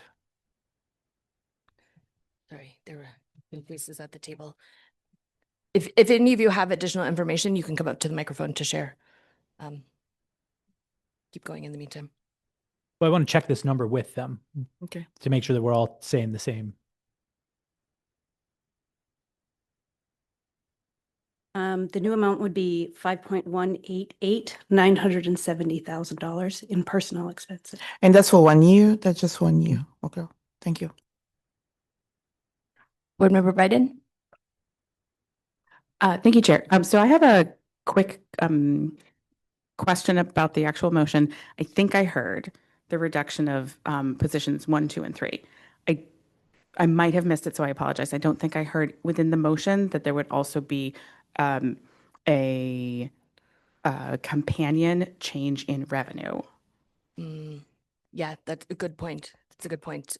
I would like to amend the motion to include the mirrored with an increase in revenue. No, a decrease in revenue or increase? Decrease in revenue. We would be changing how much we're getting reimbursed by the amount of those 3 people. Yeah, thank you for that catch. Any other questions from the board on this amendment? Any discussion? Let me just double check. I just had a quick question. Yeah, go ahead. Student Representative Mohammed. I wanted to clarify about eliminating the social worker position. For what school will it be again? Dr. Warren, do you want to address that? This is actually was a proposed new position. It doesn't exist right now. So we currently Oh, okay. Yeah, we have a social worker dedicated to our pre-K programming, and that is not that is staying. This was proposing to add another new social worker position. And we think that we can do without it for now. And so it wouldn't be a school or an existing staff member. It's just proposed. And that's true of all 3 of these positions. Thank you. I did actually have a question. Go ahead, Sorry. Board Member Sutto. I think I missed this. The state will fund a halftime business manager? Okay. Can you say that into your microphone, please? Yes, they have agreed to fund a halftime. Thank you. Yeah. Board Member Yusar Ali. Thank you. I don't think I understand the last part that you guys just mentioned about the associated decrease in revenue. Can someone please explain that to me again? Yes. Superintendent, do you want to do that? I can. For these positions, the state had committed to making sure that any early childhood costs are fully reimbursed. Any additional that come from expansion to providing early intervention services for 4-year-olds next year. And so what's happening here is that the original budget that was proposed included these positions. And so the assumption was that there was also matching revenue for those positions. In conversations with the state, they have now said that they will not fund those 3 positions as 1.0 FTEs. And so it's lowering both the cost, the expense, as well as the revenue. So the actual impact on the budget, it pulls down both. And if you think about tax levy as needing to fill the gap, there's no impact on tax levy on it. So that's what's happening here. Board Member Lena. Has the state indicated for how many years they will reimburse for this programming? Like, are we taking on all of this work and then in 5 years they're going to say we don't reimburse anymore? According to the state statute, it is 100% funded by the state. So that is what's in the law and what we're operating on, everybody's operating on right now. But great question to keep asking. Okay, any other discussion on this amendment? Yeah, that just doesn't make any sense. So in statute, it states that they are required to cover it. And at the same time, they're not going to cover it. So Dr. Warren, go ahead. Yeah, and I don't have all of the numbers in front of me right now. And if folks want the full picture, we can do that. But it's in over $4 million. I believe that if you have the numbers in front of you. But so they have approved many things, right? They have approved all of the teachers, the related service providers, the ed techs, everybody that our team has put forward based on what we know currently of the IEPs of students coming in as 4-year-olds. So they have agreed to all of that. They have agreed to many of the administrative positions that we proposed, but these were the ones where they pushed back on us a little bit. And because the administrative positions are not defined by IEPs, there's a little bit more of a dialogue around that than there would be around the other positions. So they have, I think it's been a fair conversation and a positive conversation. And I think we've gotten to a good kind of middle ground. And I do think it will enable us to do the work that we need to do next year. Yeah. Okay, so there are some proposed positions and whatnot in this subject field that are still going through, and then there's just these three specific ones are the ones that we're just going to pull back. Is that right? Yes, exactly. Yes. Got it. Okay. Yes, and board member Ali, the total of what is left that is still going to be coming from the state in reimbursements is $5.1 million. Okay, awesome. Thank you. Any other discussion? Then by roll call vote, please indicate if you are in favor of the motion to amend, which would eliminate a proposed social worker position in early childhood, eliminate proposed early childhood inclusion coach, and reduce a proposed business manager by 0.5 FTE. That would total $252,592 and would also decrease revenue by the same amount. Dr. Warren, will you please call the roll? Board member Ali. Yes. Member Yusar Ali. Yes. Vice Chair Bondo. Yes. Member Bryden. Yes. Member Lena. Yes. Member Noor. Yes. Member Opperman. Dr. Opperman. Yes. Sorry. Member Sawtell. Yes. Student Representative Grant. Yes. Student Representative Milstein Jones. Student Representative Mohammed. Yes. Student Representative O'Brien. Chair Lentz. Yes, so that amendment passes. Could we please get updates on the numbers of where we are with these three amendments going through?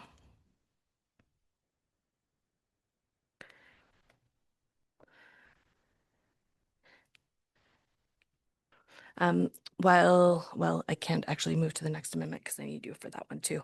But the next one coming up is just around health insurance benefits increase. So we'll talk through that. So with that change, the tax levy is $135,233,396. The tax levy increase is 6.294, and the estimated tax rate increase is 5.514.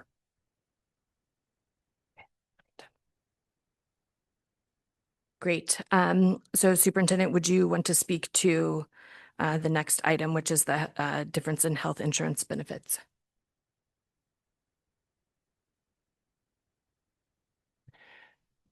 Yes, happy to. Health insurance premiums came in at 10.45% increase.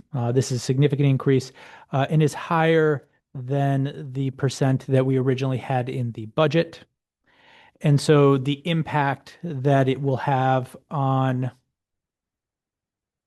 the local budget is $101,716. And it has a slightly higher impact on the overall budget of $122,847. The reason that it is different between the local budget impact and the overall budget impact is because there are some positions that are grant funded. And so that increase, that incremental increase, impacts the overall budget, but not the local budget.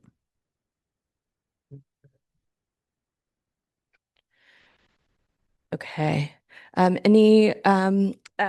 I would make a motion to increase the local budget by $101,716 to cover the increased health benefits. Is that correct wording? Yep. Great. Is there a second? Thank you, Board Member Bryden. Are there any questions on the motion to amend? Vice Chair Bondo, go ahead. What's the impact on the tax levy after that? We're already on 6.94, right? It's After- 800ths. So not much. Thank you. Other questions about I'm the sorry, motion Chair, to amend? You had the motion. Was there a second? Yes, Board Member Bryden. Sorry, I can't. No, that's fine. No, I appreciate. Okay, any discussion from the board?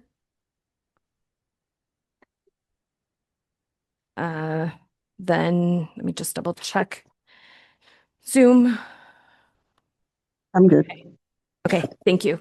Then by roll call vote, please indicate whether you are in favor of the motion to amend that would increase the local budget by $101,716 to cover the increase in health insurance benefits.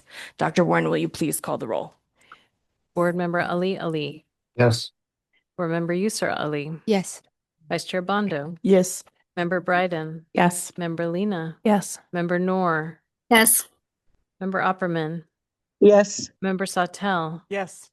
Student Representative Grant. Yes. Student Representative Milstein Jones.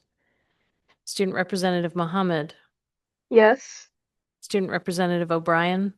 Chair Lentz. Yes, so that amendment also passes. And just as a refresh, can we please do all the numbers right now before we move to the next section?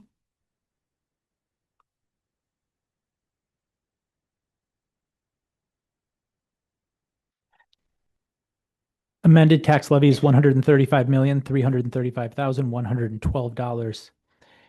The tax levy increase is 6.374%.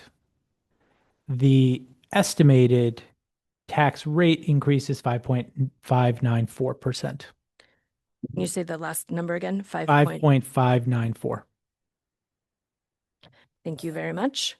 So now we are moving on to the second category where people had suggested amendments, which are the school-based positions. So I'm not going to read out all of the positions that people suggested, but if someone has a motion to amend the budget with one of those, you're welcome to do that now. So Board Member Sautel, I saw your hand.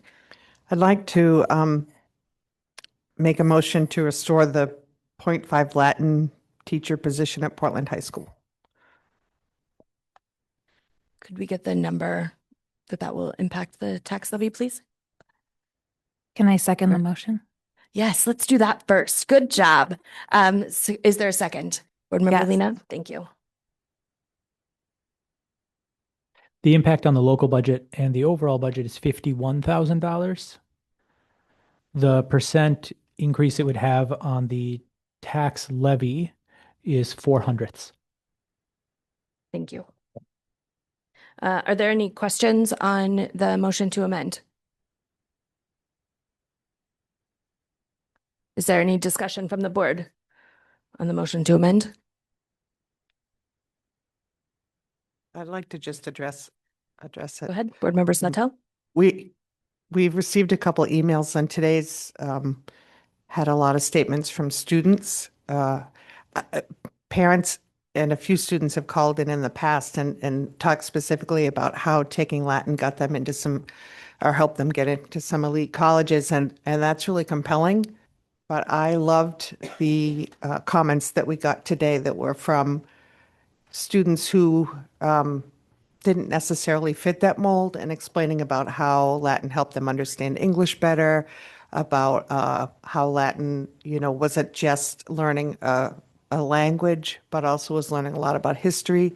And as someone personally who hated history as a child because it was all just wars and battles, and I always just called it man history. I am now personally really invested in ancient Roman history. It's just become sort of a weird fascination for me. And I just loved seeing those comments from students about being able to, as Mr. King referenced, geek out about something that they were really passionate about. I can tell you as a teacher of high school students that so many of my music students really valued their Latin classes. And as a parent of a student who took Latin for several years at Portland High School. He really felt like it was very valuable to him, and it helped him become fluent in a third, language. He's now a fluent Spanish speaker, and a lot of that is because he understood the Latin roots of English words and was able to then sort of make the connection to Spanish words. So I think there's a lot of value in that. There's also an equity piece in that, eliminating that, from my understanding, would mean that Portland High School is the only high school that has just 2 world languages when the others offer 3. Thank you, Board Member Sawtell. Student Representative Grant, go ahead. Just to add on to what she just said at the end there, not only would cutting Latin, like, get rid of the Latin program and all of the benefit it has, but then it would limit students to just the 2 languages they could take. It would add more students to already very full French and Spanish classes, and it would lead to the possibility of students not being able to take it. And to get into any college really now, you are like required to have 3 years of a world language. So I think that, and I've taken Spanish since I was 7 years old because I went to Ocean Avenue, which was an IB school. So we got Spanish early before anyone else did, and now everyone does. So I think it's just really awesome to keep as many language opportunities open as we can, because the language I learned in Portland school starting at age 7, I would like to continue to study Spanish in college, and I'm sure other people want to do that with their respective languages that they've learned. So Thank you, Student Representative Grant. Any other discussion? Just double Yes. check. Yeah, Board Member Ali, go ahead. Yeah, with the motion on the table, are we currently voting for or against the Latin program? Could you reread it, please? Yeah, the motion on the table is to restore Restore. the 0.5 FTE Latin teacher. Okay, copy. Yeah. Any other discussion by board members? Okay, then by roll call vote, please indicate whether you are in favor of restoring the Latin teacher 0.5 FTE at Portland High School with the cost of $51,000. Dr. Warren, will you please call the roll? Board Member Ali? Yes. Member Yusra Ali? No. Vice Chair Bondo? No. Member Bryden? Yes.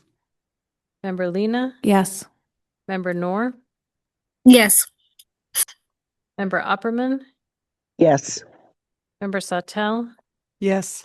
Member Grant? Student Representative Grant? yes. Student Representative Milstein Jones? Student Representative Mohammed? Yes. Student Representative O'Brien? Chair Lentz? No, the motion passes 6-3 with the students voting with the majority.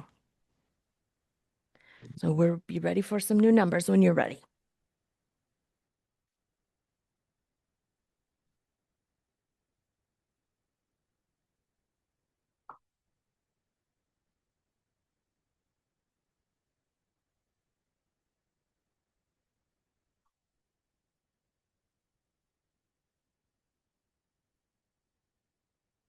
Lisa, are you able to update it with the Latin teacher?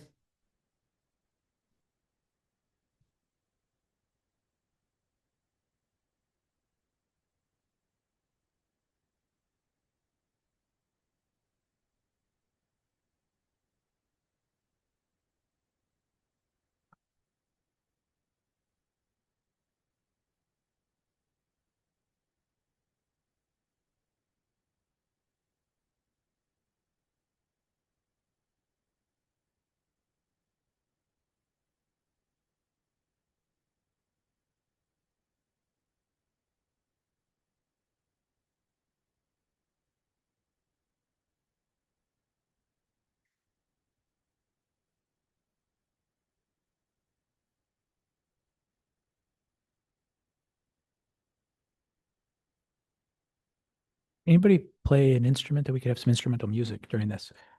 Amended levy is $135,386,112. Yep. I can also make it bigger on the screen. Oh, now we're talking. $135,386,112. The tax levy increase is 6.414%. The estimated tax rate increase is 5.634. Great. Are there other school-based position amendments? Board Member Bryden, go ahead. Thank you, Chair. I would like to make a motion to restore the 1.0 FTE music teacher. Okay. Let's just get the cost. Superintendent, when you're ready. I'd like to second the motion, Chair Lance. Thank you. I'll remember next time. Restoring the proposed secondary music teacher would increase the local budget by $102,000. The tax levy impact is 0.08. Thank you. Are there any questions on the motion? Thanks, Chair. I actually have a clarifying question on the framing. The phrase secondary music teacher, I just wanted to confirm that what we've been discussing is a middle school level music teacher, which also will impact capacity for fifth grade instrumental as well.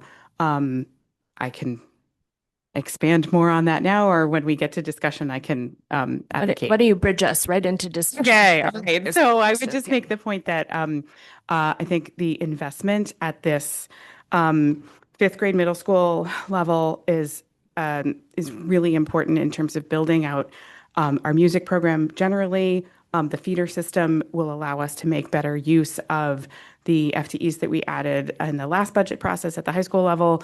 And I just want to make the point, 2 points that compared to our neighboring districts and our regionally, we are just so far behind. I feel like this gets us closer, not where we need to be, but closer to where we need to be. And I think often about kids that maybe want to try music and don't have access to private lessons, don't have access to, musical parents or, people in their lives that can help support them, and are just at the mercy of one teacher who maybe has 20 minutes. So I really want to see us build out and invest in capacity to help students get started on their musical careers. Thank you, Board Member Bryden. Is there other discussion in the room from board members? Board Member Sawtelle? I 100% agree with the sentiment of the music department needing more support. My concern is that hiring a middle school / fifth grade instrumental teacher is not going to fix the problem. I'm looking right now on my computer at enrollment numbers at 2 of the 3 high schools in Portland, and they are very small. And they're not going to get bigger next year. And I believe that we could solve a couple problems at once by reassigning one of the high school music teachers, or each of them half-time to work with middle school students. That would provide greater continuity from middle school to high school. We lose a lot of music students going from 5th grade to 6th grade, and then from 8th grade to 9th grade, in part because they don't know who their teachers are. And that would help us bridge the gap to that. But I'm looking at some of the courses that are being offered.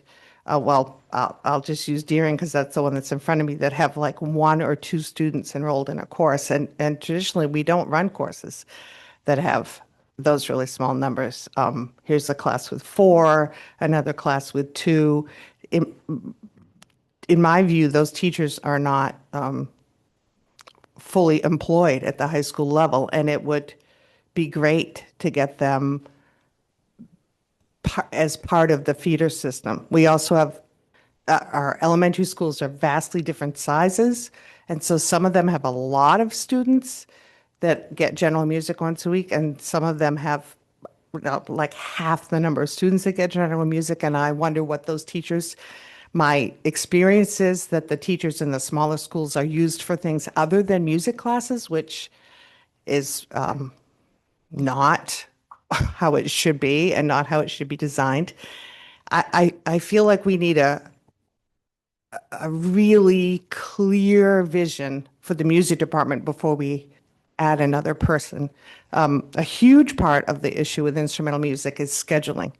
And Mrs. Cabral, the department coordinator, spends weeks every fall trying to make schedules that work for instrumental music. And she goes from school to school and building administrator to building administrator, trying to make it all work. And she has to do it every single year. And we still have students who get pulled out of recess who have to do, band or orchestra in the morning. We have students who are doing high school orchestra at night, who couldn't fit it in during the day. And I really think we need to have central office support. Someone needs to sit down with the music department and say, where's your passion? Where's your skill? What would you teach if you could teach anything? Build a schedule that works. Spend another year improving numbers, because the numbers are coming up in some areas, and then hire a person that will fill exactly the gap that we need. My concern is that by not hiring someone, that Mrs. Cabral will try to do everything herself, because that's the amazing kind of person that she is, and that's not a working model. So I just think it's too soon, that we don't have a clear vision of who's doing what and where, and I don't support hiring somebody else until we know, and until we get a workable schedule. Yeah, you can respond. Thank you, Chair. I appreciate your perspective. Respectfully, I think we need both. I think we need to look at how we're using our resources, and I think that the degree to which we are lagging behind what other districts offer warrants the additional investment as well. Thank you. Other discussion, Vice Chair Bondo? I have a question. How many music teacher did we add last year? They are both only elementary, or they are secondary as well? One at Portland, one at Deering. Okay, so we already got some secondary. Any other discussion from board members? Yes. Yeah, Julie, Board Member Opperman, go ahead. Thank you. I respect Member Sautel's expertise and understanding of the system, and I will not want to increase the secondary education, but I want to make one point. Music is an academic subject, and I really do believe that it is in the network's responsibility to make sure that individuals within their system are well supported and balanced. And so I think this is a case of demonstrating that need. And thank you. Thank you, Board Member Opperman. Any other discussion? Yeah, Student Representative Grant, go ahead. Just sort of a question on what Ms. Sautel said. I know that currently in music classes and band and orchestra at both high schools, it is low right now, but is it true that it will stay low? From what I have thought in the past, it is low right now because all of the kids in high school right now, the years 4th and 5th grade where like orchestra and band are introduced, it was COVID. So literally none of us had that opportunity. And from what I can tell, watching my sister goes to King Middle School, watching her band and orchestra, and she's in chorus concerts, they're huge. So I don't know, wouldn't that mean there would be more kids moving into band and orchestra? Can I respond to that? Yes, and I went to the all-city concert, and the numbers at the middle school level are really big. Yeah. But we're talking about adding a position for next year when I believe we already have people who could take on those jobs.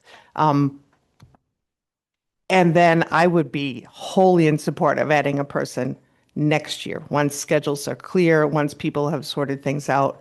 And yes, the numbers should start flowing into the high school at that point. Okay, thank you. I was just wondering. No, great question. Board Member Lena, go ahead. I just want to echo Board Member Bryden. I agree with her, so I'm not going to restate what she said, but echoing. Thank you. Thank you. Any other discussion? Okay, then by roll call vote, please indicate whether you are in favor of restoring the proposed secondary music teacher to the local budget with the cost of $102,000. Dr. Warren, will you please call the roll? Board Member Ali? Yes. Member Yusra Ali? No. Vice Chair Bondo? No. Member Bryden? Yes. Member Lena? Yes. Member Noor? No. Member Opperman?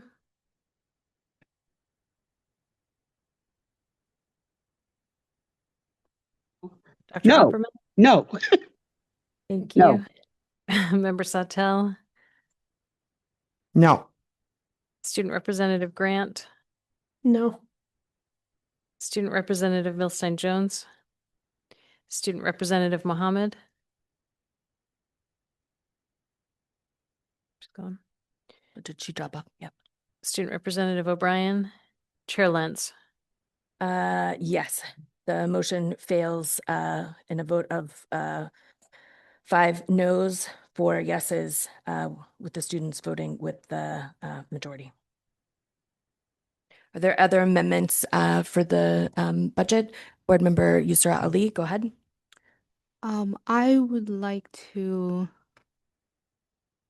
restore the 0.5 FTE Portland High School guidance counselor position. Great. Thank you. Could we get the number, please? Second.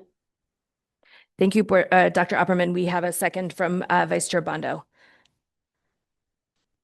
The local budget impact and the overall budget impact is $55,134.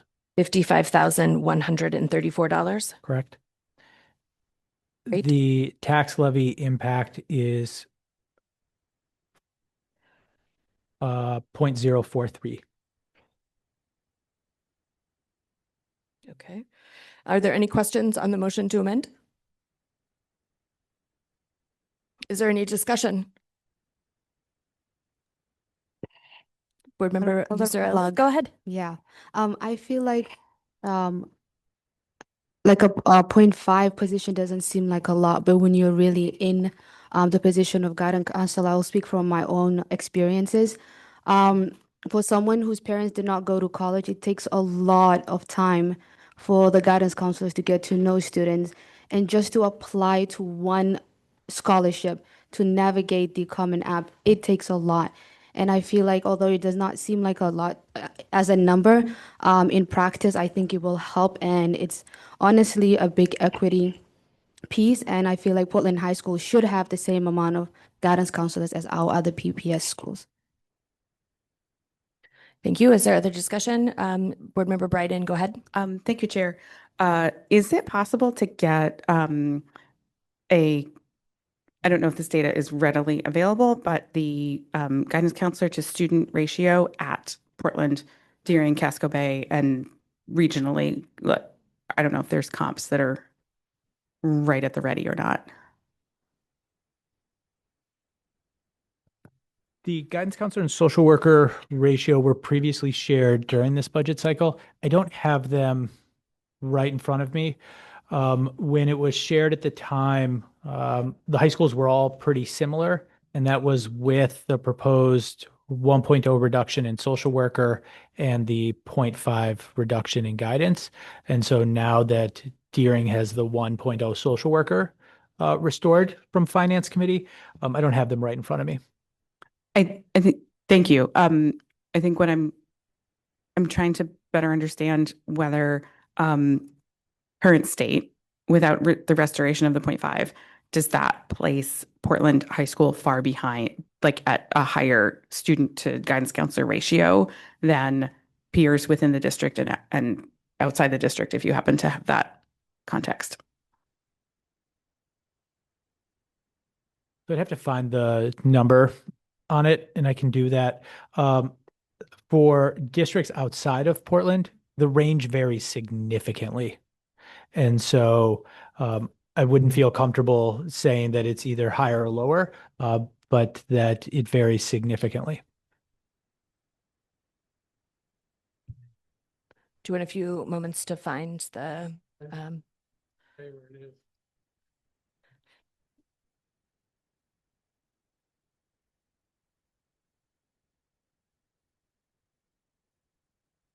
Yeah, no, that's fine. Take your time. Is there any other discussion on this motion to amend while we're looking for those numbers? Board Member Sawtelle? I just want to thank Ms. Karen again for sending a bunch of statements from students, much like the Latin position. I enjoy reading them because they're, very honest and their voices come through. But also there's a lot there that I really hadn't thought about with students and what Member Ali said, if you don't come from a family where that's just something that you do when you get to your junior year of high school, I think it's really valuable. It makes a big difference.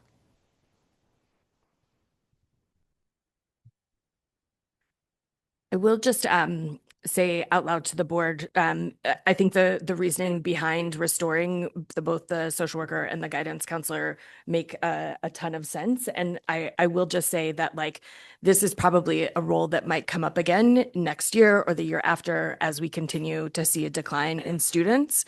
And so I think that the board will just have to wrestle with what is the time then, if not now, then when, and what are the compromises that we're going to have to make over time as enrollment declines. I think that there's a good argument right now that now is not the time, especially under this administration and seeing all the student groups that have been targeted in the last year. The need is not decreasing. That is true, but just wanted to introduce that into the conversation.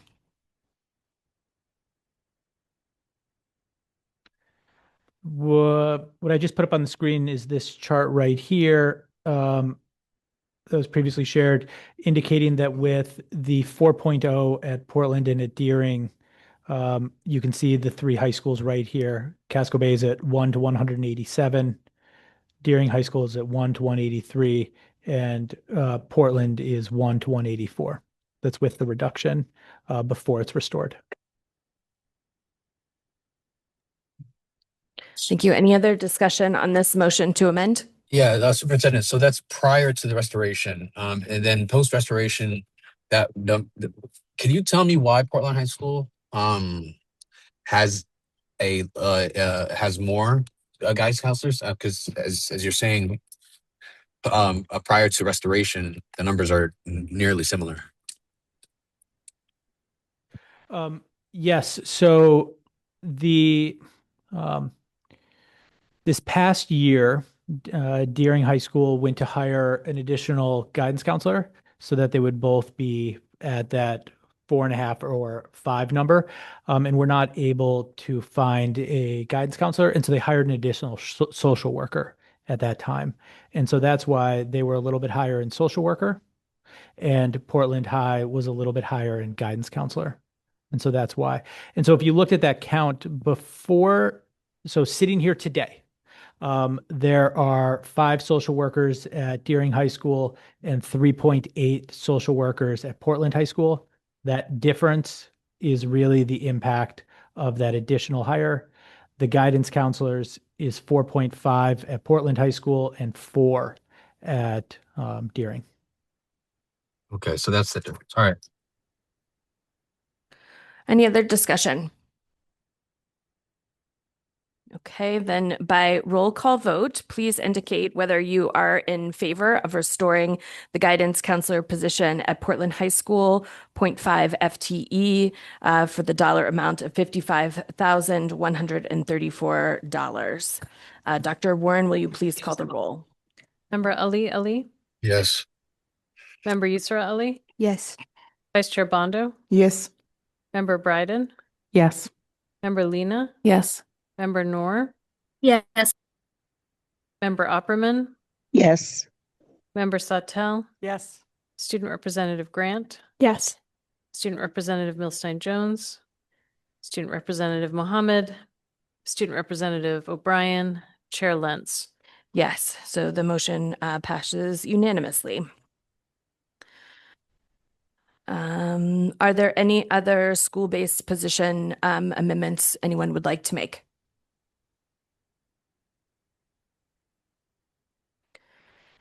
Okay, seeing none then, I would like to take a 5-minute recess just to get some water, and we'll be right back.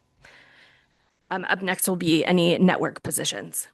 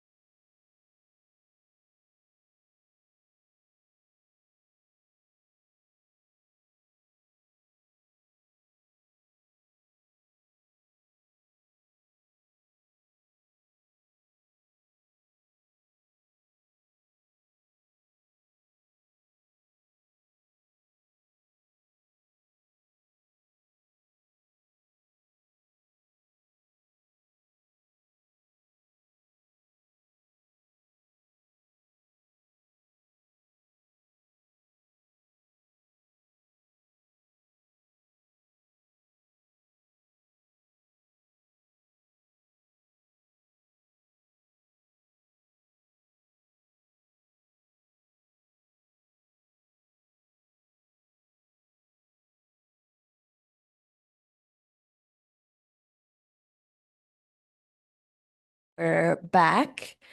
Superintendent Scallon, if you could just remind us where we are in terms of our three numbers, please.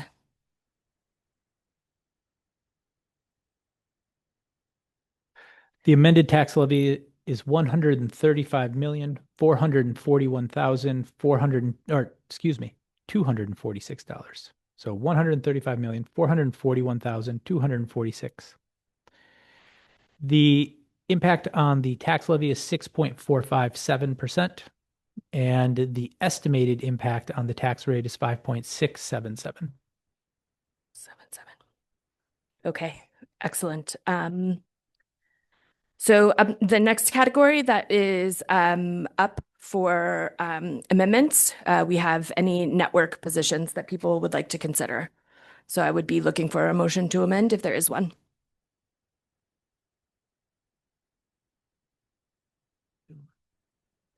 Fatuma, go ahead. Board Member Noor. Yes, my amendment would be to hold of the Assistant Superintendent of Secondary Schools for 1 year. And then the responsibilities will be distributed among the Chief of Schools and Academics, the Assistant Superintendent of Family and Community Engagement, as well as the Director of Secondary Interventions and Outcomes. And that would be a savings of $188,149. Thank you. Is there a second on the motion to amend? Your second, Vice Chair Bondo, seconds. Are there any questions on the motion to amend? Could someone read it again? Yeah, and Board Member Noor, please correct me. But your motion is to hold hiring of the Assistant Superintendent of Secondary Schools for 1 year. That would give a savings of $188,149. Is that correct, Board Member Noor? Yes, that is correct. Great. Other questions about the motion to amend? And what was the second part that Board Member Noor was saying about who would pick up the responsibility? I just missed that and I wanted to write it down. Perfect. Yeah. Could you say that again, Board Member Noor? Yes, I can. Sorry, my internet is it's horrible today. But it would be distributed between the Chief of Schools and Academics, the Assistant Superintendent of Family and Community Engagement, as well as the Director of Secondary Innovation and Outcomes. Any other questions? Board Member Bryden? Thank you, Chair. I have a quick question about that last part. So I think, correct me if I'm wrong, what we're doing right now is just the budget, which positions we are funding and not funding. Distribution of responsibilities would be not part of this conversation. I think it could be argued that it's beyond the scope of the board. Okay. Thank you. And then my other question would be, I think actually for the superintendent, I'm wanting to get at least a couple sentences understanding of if this motion passes, what tasks, initiatives, what work is in jeopardy of not happening well? What would the impacts be of moving forward with this? Yes, thank you for that question. I think we heard tonight from at least one speaker, if not a couple, about the positive impact that the network teams have had on being able to support schools and to support outcomes for students. This is a structure that was put in place last year. And as a reminder, last year, 2 years ago, our academic team was 19 and a half people, and I think now it is 14. And so already that team is doing work that was a bigger team before. Not having an assistant superintendent of secondary schools, from a practical end, we would need to ask the chief of schools to serve as that, to manage the network team and to manage the principals. At the secondary level next year, we are on track right now for a new principal at Deering High School, a new principal at Portland High School, a new principal at Lincoln Middle School. And the assistant superintendent of secondary schools is directly responsible for those individuals' supervision, coaching, and support. Additionally, the board has passed some significant buckets of work. that the chief of schools and the assistant superintendent of secondary schools and the director of secondary outcomes and innovation as a team of 3 already need to take on. The biggest one of those being the evaluation of our middle schools and presenting a plan to the board in October. And then whatever comes from that, then implementing it about 8 months later. And so there is significant work there that those 3 individuals do. The director of secondary outcomes and innovation, I'm just going to add one additional piece. They carry a number of roles, but one of them is the high school application that is due to the state. It keeps getting pushed back. Right now, it's due in October, and there's a fair amount of community engagement that we expect for both that as well as for the middle school plan. And so I would say that there's significant work. Our network teams are already stretched to do all the support, and so doing this with one less person will certainly continue that stretching. Thank you. Thank you, Board Member Bryden. Are there any other questions before we move to discussion? So any discussion on this motion to amend? I would just say that right now our, increase, estimated increase is 5.6%. And that is a pretty good rate based on the conversations that we have had. And so I just think about like 2 things. Does it make sense to remove positions that are in place to support the work of the district, like the big projects, but also the people? We hear that constantly, that people need more support. And I think that these network positions are those positions. And the second piece is I know that we've heard a lot from a lot of people about how confusing central office is. And I 100% get that. I think it's hard when you don't interact with people all the time to know what people are doing and what their function is and how they're relevant to your success and student success. And I think that is a communication and organizational problem, not an indicator that people aren't doing really good and vital work. And so I would just like caution us to be thinking about it in those ways. And also a separate point to just remind folks, like we still, our finance team is still growing in their capacity, and the superintendent is still using some of his capacity to support our financial health and operational health. And so as we're thinking about these network positions, like that is a piece that has to be part of the equation. And taking people out of that equation, I do not think is healthy for this organization at this moment. I do think like next year when that might look different and we could think about like how are we best restructuring or modifying central office if needed then. But I'm not going to be able to support this motion.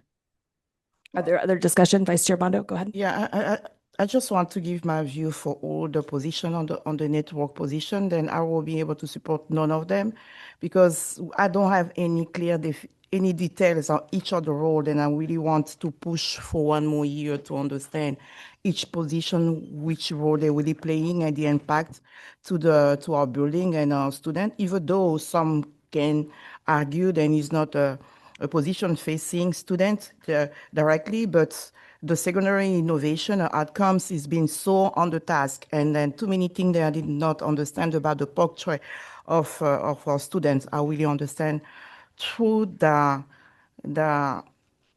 position than one on the who's leading it. So I just want to make another recommendation to the superintendent, and if we can get before maybe the end of the school year or maybe beginning to get each of them, the role impact to our student in a different building. So we know exactly. So everything is so in broad and general. So it's just bringing a lot of confusion when you feel like, okay, you have to merge or you have to eliminate or consolidate it.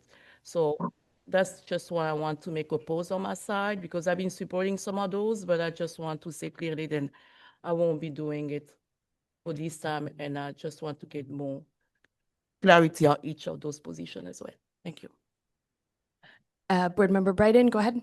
Thank you. I have so that last piece of conversation made me think of a question that's actually similar to the question that I asked before, but just to put a little bit of a finer point on it. We've heard a lot of people asking for more clarity, more, who is doing what. And my understanding is that it would be really, really difficult because that takes work to like document and, and publish and update the website and all those things. Am I off base in thinking that if we are cutting roles from, if we're eliminating positions from the budget, there will be fewer people to do the work of clarifying who's doing what? Is that accurate? I mean, I don't want to treat it as rhetorical, but yes, every time we're talking about reducing a position, we're talking about reduced capacity. And I think that sometimes this question about even what's the information, it has to do with how it's presented or in what way that people need to access it. Because there has been actually a fair amount of information shared between the staff navigator, the website, the FAQ document this year that includes blurbs of all of the roles. And one of the things that we expect from members of our network team is that when something comes up, that they respond and that they adjust. So this year, Deering High School lost their principal, and our secondary network team stepped in to do that. And so Dr. Ahmed has been there more. Alice Buckley, who's the culture and climate coordinator, is there. That's something that we don't normally write in the job description, right? But you all see in your own job descriptions and ours that other duties are assigned. That's where it fits. And so I just would say that, yes, the loss of capacity impacts that. And this information is available and has been shared. And if there's a different way that people want it, we can do that. Thank you. I just wanted to just sort of, I think that, so yes, it was an actual question. Thank you for addressing the question. I think the point I'm trying to make is that I feel and hear the frustration from the community, and my perspective seems to be that it's not going to get better. It's going to be really difficult to make the improvements communication-wise, effectiveness-wise. I am such a strong believer in holding people accountable to, like, we need to deliver results for students, and the degree to which it's tough to see that, it's not going to get any better if we're removing capacity from the people who are doing the work. Thanks. Thank you, Board Member Bryden. Board Member Ali. Hey, thank you for bringing that motion up. So I have a few questions. You've been here for 3 years now, right? So in the past 3 years, in this network positions, like obviously your position was there, superintendent. After year one, what was the structural changes and what was the new hires? Because I do see how the community is specifically saying that there's a huge difference in the amounts, I would say, right? In positions and whatnot, but obviously it's restructuring, right? And I would just like to know how that restructure happened year by year up to like now, if you could share. So I'm not sure I'll get all of the information just off the top, but maybe it's helpful to start for comparison. So 3 years ago to today, where we're sitting right now, the central office has decreased by 6%. It is not growing, it has decreased. Departments that jump out, right? So the academic team was 19.5, I think, and is now at 14 at the network level. Our HR team was around 14 and is now at 9 or so. And so these are spaces that when COVID funding was lost, we made significant reductions in central office staffing in response to that. And so the actual number of central office folks is down, and it's down across the board. At the end of, or I guess during the budget for fiscal year 25, so this was during the 23-24 school year, that was the year that it was proposed to adjust to network teams. Okay. And that network team structure, again, resulted in a reduction in overall number of folks. This past year, going into this year, the biggest change was that we did a search for a CFO and we didn't find one. And so recognizing that we didn't find one, the board approved a chief academic officer or chief schools and academics individual, recognizing that we didn't have a CFO. And so I was doing a fair amount of finance. And so that was the other big change. This year, we made the adjustment to add an assistant soup at family and community engagement level, recognizing both the need to continue to beef up that work and to build out our partnerships and the work that happened there. And so that is where Dr. Ahmed's new position came in. Okay, understood. So that being said, I do see the piece of the CFO position kind of being necessary and needed, but if you've moved some of your work towards CFO and a whole new hire was hired on based on academics, I think we can kind of classify that those two pieces are two full positions that are now should be substantial, right? Should be enough for those two subjects. And now looking into the elementary and secondary schools, there were two people there already, right? Dr. Akinsinduina and Dr. Ahmed, and the position of the family and community engagement superintendent piece that came, and it was said that Dr. Ahmed would be in that position. See, the point, and I think the problem that we're all kind of, I don't know who's all, but whoever is questioning is kind of to the degree of so many structural moves, which I expect because of there's a new superintendent, but to a point where it's kind of moving too fast a little bit, right? And I think I would like to see a little bit of break on it. I mean, I know a lot of people have been asking about the positions and what they do. I'm sorry, but that's a requirement. If we ask, then we need answers. So with that regard, I'm gonna support this current amendment to happen because the secondary schools, Dr. Ahmed, obviously majority of people know him. Him being currently in both positions because we haven't hired yet. I would understand if we needed a CFO or something like that, but at this point, I don't know if it's necessary that we need both these positions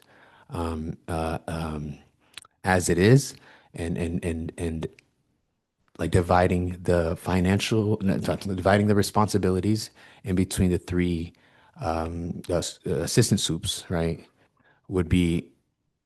I think would be incremental. Them already working together, and also they've hired under them other positions. So just to wrap it up real quick, I think because of the financial situation we're currently in and the questions that we all have on the individuals that are in question to have on the board, I think that would be necessary. So to maybe even consider this. So that's it. Thank you. Any other discussion from board members? Board Member Opperman? But that'll give me a chance to sorry. Thoughts in order. I didn't see your hand yet. Yeah, Board Member Opperman, go ahead, and then we'll go down to Board Member Sawtell. Thank you, Chair. I appreciate the desire of the amendment to take care of issues that need to be dealt with on secondary and all, but I'm very concerned about making mush and oatmeal out of this, or granola or whatever. People need to have a focus, and that focus needs to also be paired up with a responsibility and accountability. And although I think there are layers of quote overlapping or but I think when you start overlapping pieces, then you're losing the clarity of who you call. One of the things I've heard from individuals, not everybody, because people will complain about administration. It's the job. So you have to keep administration accountable. But what I have heard is that individuals are in more of the secondary and elementary networks are in classrooms in when asked and helping when needed. I mean, for example, the secondary taking over what's going on, and kudos to them for daring, because that is very difficult to be everywhere. So I respect the intent of the amendment, but I would be against it because I think it would create two things. One, a decrease in transparency and clarity, and the other thing is a decrease in the movement of the entire district into a more positive, into a stronger creation. If to be very artistic about it, but that's my feeling. So I'm sorry, I will not be supporting this amendment. Thank you, Board Member Upperman. Board Member Sawtelle, are you ready? Yes, I'm looking at the other network positions that are listed here, and it seems to me that what they have in common, and you know, to be transparent, a couple of them are mine, is a sense of needing to reduce some network positions, and that we're, as a board, some of us are kind of floundering with the idea of like, what should that be? And it takes me back to the original proposal, original amendment that I had to cut $400,000 from central office. I didn't name positions at that time. I'm not really comfortable naming positions, even though I have here. My request would be that we reduce network teams by 2 positions, and I would leave it up to the superintendent and the network teams to figure out how to do that. So I guess that's like I'm tempted to support this amendment because it comes at that goal, and it seems to be consolidating positions and sharing work, but it does leave it a little confusing about who does what. Other board discussion? Hold on, let me see if there's anybody else. Board Member Lena? Can I respond to Board Member Sawtelle? Sure. I think that what you were saying would be a different amendment, Board Member Sawtelle. I realized that about halfway through. I'm sorry. Yeah. Yeah, which you are, welcome to make after we get through this process. Yeah, Board Member Ali. Yeah, I mean, and I think that's a real question again, right? So what's the difference between the chief of academics, and then there's elementary and secondary, and then there's the directors, right? Like, we still need that information to even make a decision based on this current amendment. So that information has been provided to the board multiple times. So I think so I just want to name that out loud, that information has been made available. I don't know if you want to briefly summarize, Superintendent. Actually, I'd like to ask Dr. Ahmed and Dr. Atkinson-Duena to address just the differences between your roles, the Director of Academics roles, Chief, and the Chief of Schools. And I'll ask Dr. Proctor as well if they want to share.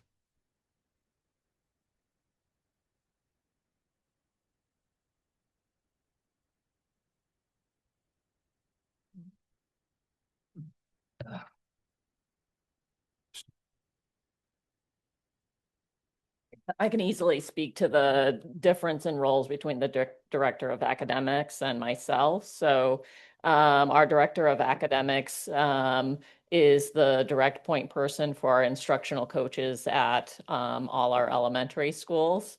She also takes the lead in our district-wide at the elementary level PD planning, and also has helped to work on that across the district for like new staff PD or just getting our PD calendar ready for the upcoming year. But she stays focused on our curriculum, on our assessments, and working with schools, their instructional coaches, to kind of plan out their PD also for their teachers.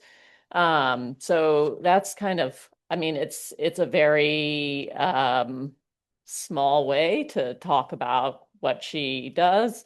You received an email today that outlined her work in terms of leading the walkthroughs. So she has helped to organize those. If there's like any support needed in terms of working with a team of teachers at a school, she has gone in to support that. We're working now to review our work around the curriculum that we've done this year, moving from like the 2017 version to the 2025 version of ELA. So she's working with instructional coaches and teachers to get some feedback on how things went this year so that we can make some informed changes that make sense with schools. So she's very much on that side of things. My role is very much working with the principals and assistant principals to some extent. I do facilitate a group of assistant principals as part of my work and part of our pipeline building work towards school leadership. I meet with our school principals about every other week throughout the year. I pay attention to our PD needs for leaders at the elementary level and collaborate with Dr. Ahmed and Dr. Proctor around leadership needs across the system.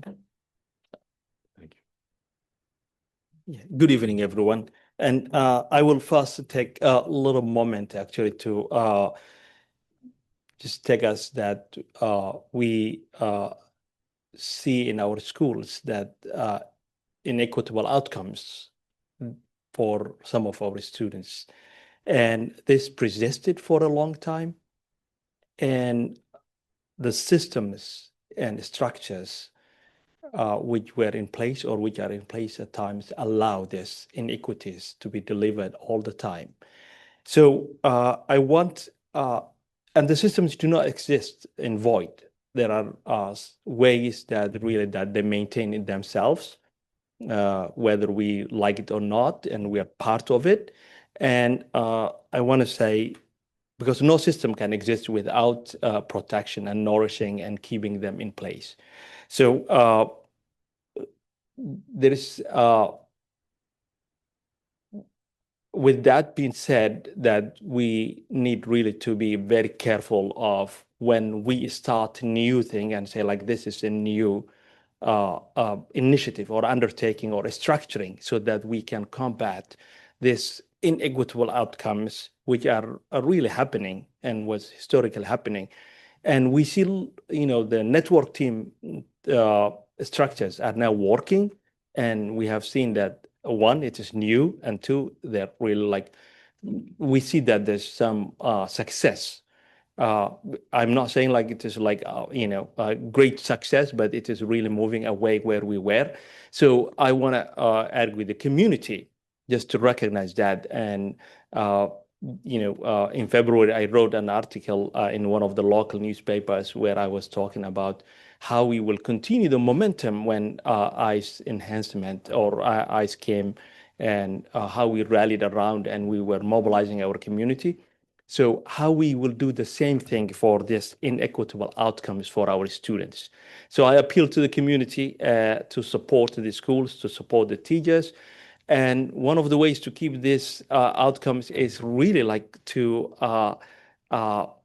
create this scarcity where we will all, let's say, who does what. And yes, there is a need for efficiencies, but also we need really to be careful of this in kind of like within the community, saying like what is happening, because our students need us to be united and as a one front. So I want to speak to the director of climate and culture and how they're different from elementary, and one, developmentally they're totally different, and where we are dealing with most of the challenges of absenteeism, suspensions, and discipline issues are in the secondary schools. So it is quite different than combining with elementary schools, where this social emotional needs of the students are really totally different. And this investment so far is working, whether it is like, as Dr. Scalan said, like the director stepping up and really doing two jobs or just managing the job that she's doing, as well as also supporting the schools. And there was in the past, there's times that we mobilized directors to support the schools. And also, Dr. Atkinson doing, as she said, we directly, as assistant superintendents, supervise the principals and support and create the principal learning, because we, as institutions of learning, we need to keep learning and learning together with each other and from each other and about each other. And so this is, again, I will say it again, this is really like showing some promise, the structure, and building on this structure is something that I'll bring to you and to the community as in general. Thank you. Dr. Proctor, would you respond as well about the primary functions of your role, please?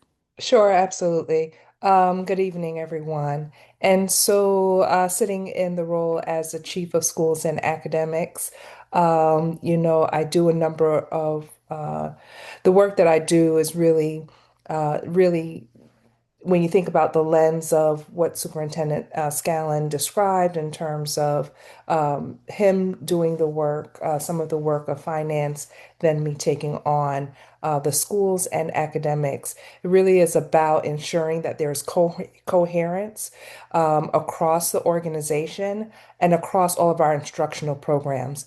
And so there are systems that need to be put in place so that we can avoid the gaps in outcomes from one school to another, from one level, elementary, middle, or high school to another. So it's ensuring that there's coherence in the instructional program, facilitating consistent practices and routines across schools regarding curriculum, and a differentiation for how schools are managed, in addition to how curriculum is also implemented. And it's really about, for those systems, ensuring that there is strategic alignment. So I'm responsible for a number of the strategic initiatives in our strategic plan. And so I develop and implement plans for success there. Two of the things that we have implemented this year was the school improvement planning process, which we will continue, where we are developing our leaders across the system to have a continuous improvement model and mindset, where we are constantly talking about data through our quarterly step back meetings. So there are step back meetings that happen at the school level where leaders and school teams are talking about the data.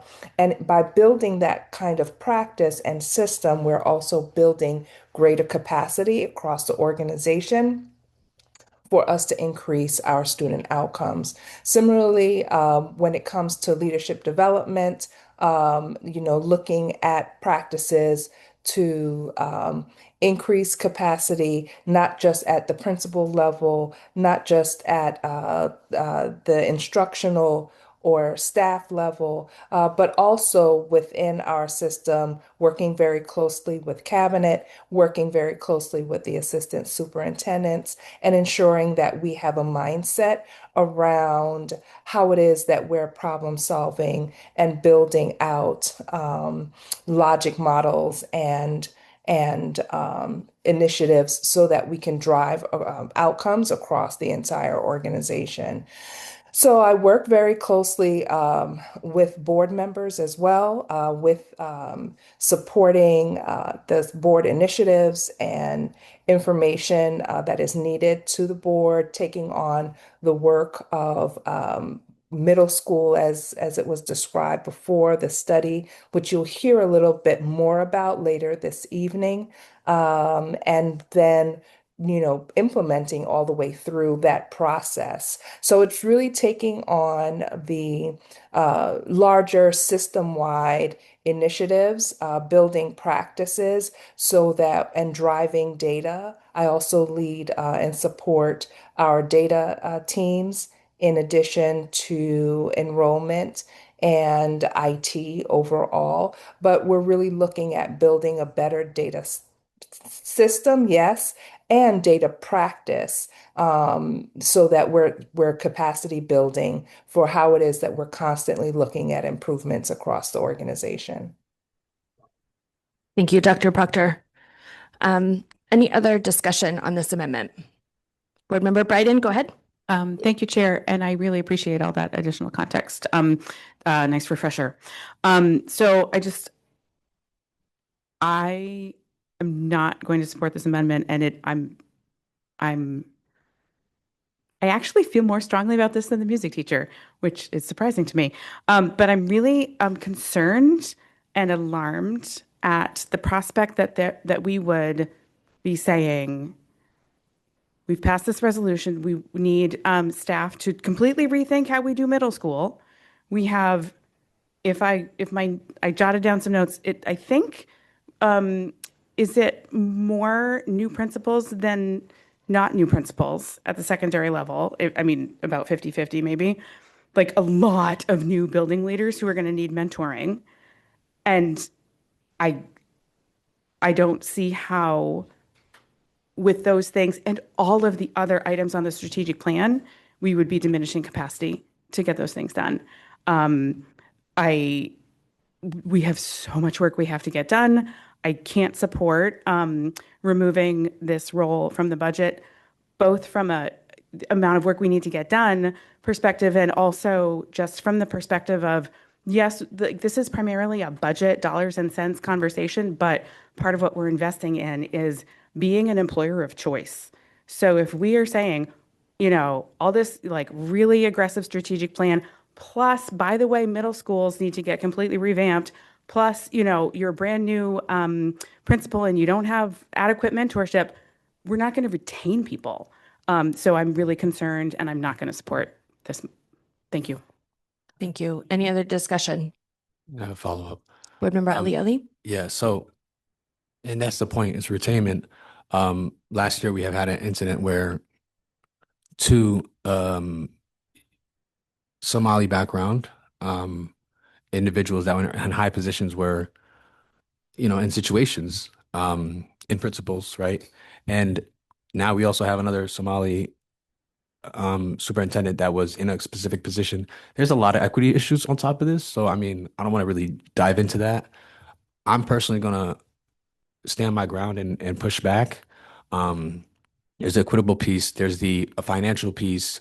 There's the, we're fiscally suffering in a way, right? We're literally considering taking out certain positions.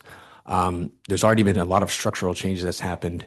And the number one thing that we're really considering and requesting is, hey, can we just hit the brakes a little bit, and can we take a look at it? And with all due respect, the people that we know compared to the new individuals obviously we know the superintendent now, but it's just like, where are our people as well, right? So, and that's my question. That's why I'm still at the point of, let's put a pause on all this, like not all of it, but currently just this one position, especially, and save that amount of money, and slowly rebuild how it's supposed to be built, if this is supposed to what it is. But I mean, like I said, I feel very uncomfortable. I'm not going to go for it, and I'm going to go with this amendment. Any other discussion? Then I would like to call the vote. So if you are in favor of delaying the hiring of the Assistant Superintendent of Secondary Schools, which would give $188,149 back to the budget, please indicate that. Dr. Warren, can you please call the roll? Member Ali? Yes. Member Yusra Ali? Yes. Vice Chair Bondo? Yes. Member Bryden? No. Member Lena? No. Member Noor? Yes. Member Opperman? No. Member Sawtell? No. More student representatives here, and so Chair Lentz. No, the motion fails. Are there other amendments, motions to amend with network positions? Yes. Board Member Sawtell, go ahead. And I haven't written this down. This is new tonight, based on a lot of the discussions. So pardon me if the wording is wrong. I would like to offer an amendment. I would like to make a motion to improve efficiency, streamline the network positions by eliminating 2 network positions. And I can talk more about that. I think, Do you want me to be more specific? yeah, I think so, because we need to be able to cost it out. Okay. I think before I do that, I need to know how many director positions are there in the secondary network and the elementary network. And I know I have a list, but I'm hoping somebody just knows. Yeah, I'm going to actually just invite up Dr. Ahmed and Dr. Atkinson-Duena to share that. And the reason there, Board Member Sawtell, is I'm going to ask them to just walk through the whole network team, because in some cases it just may be a title piece that I think it would be helpful. So just for the elementary network team, I'll start with the elementary director of academics, elementary director of culture and climate, elementary director of ESOL, elementary director of special education. And then we also have the mobile makerspace position is assigned to the elementary network team. And the social studies special projects coordinator is also assigned to the elementary network team. And then we have our out of school time and expeditionary learning coordinator that is part of the elementary network team. At the secondary level, we have Director of ESOL, Director of Special Education, Director of Innovation and Outcomes, Director of Climate and Culture, and Director of Academics.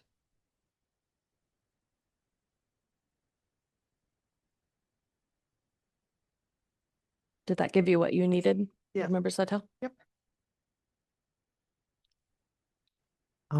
So I was going to make a motion to consolidate 3 positions, which I had named, down to 2, but instead I'm going to make a motion to consolidate on each side, elementary and secondary. So we're talking a total of 2 positions, to consolidate 4 positions, academics, culture and climate, ESOL and SPED, 4 down to 3, to be designed by the network teams.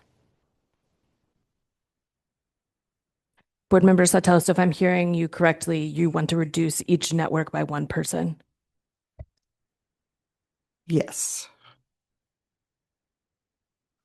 Do you, Superintendent, have a sense of how to cost that out?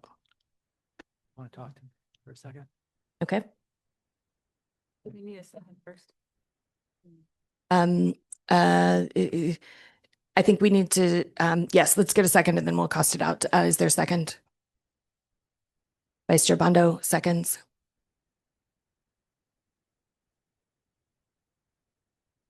Let's sit out before discussion. Yes, because I think we need to understand this going back. 5-minute break. Yep. So we need to take a 5-minute break to cost that out. We'll be back at 9:31.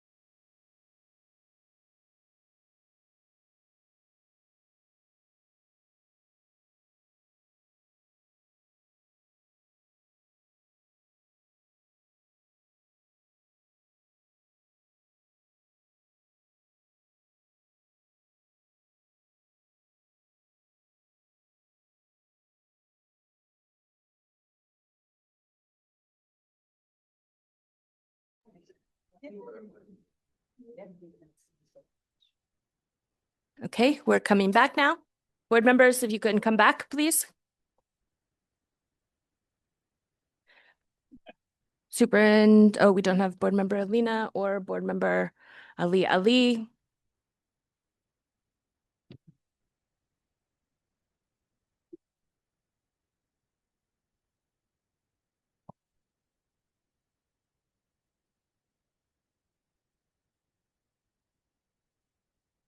You're okay.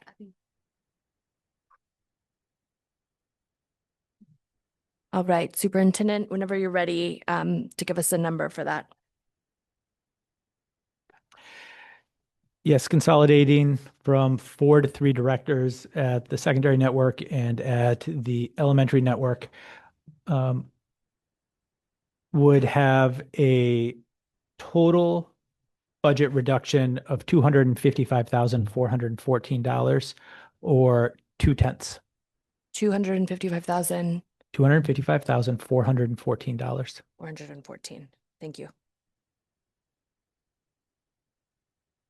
So the motion on the table is to consolidate each of the network teams from 4 to 3 directors with a savings of $255,414. Is there any other discussion on the amendment? Board Member Lena, go ahead. Thank you. I appreciate what Board Member Sawtelle is trying to do here, but I also feel like it's a bit unfounded in terms of which positions are not necessarily needed. And it sounds, from my conversations, I've been hearing of the effectiveness of these roles, especially when they're done well. People really do value having their leaders at central office supporting them.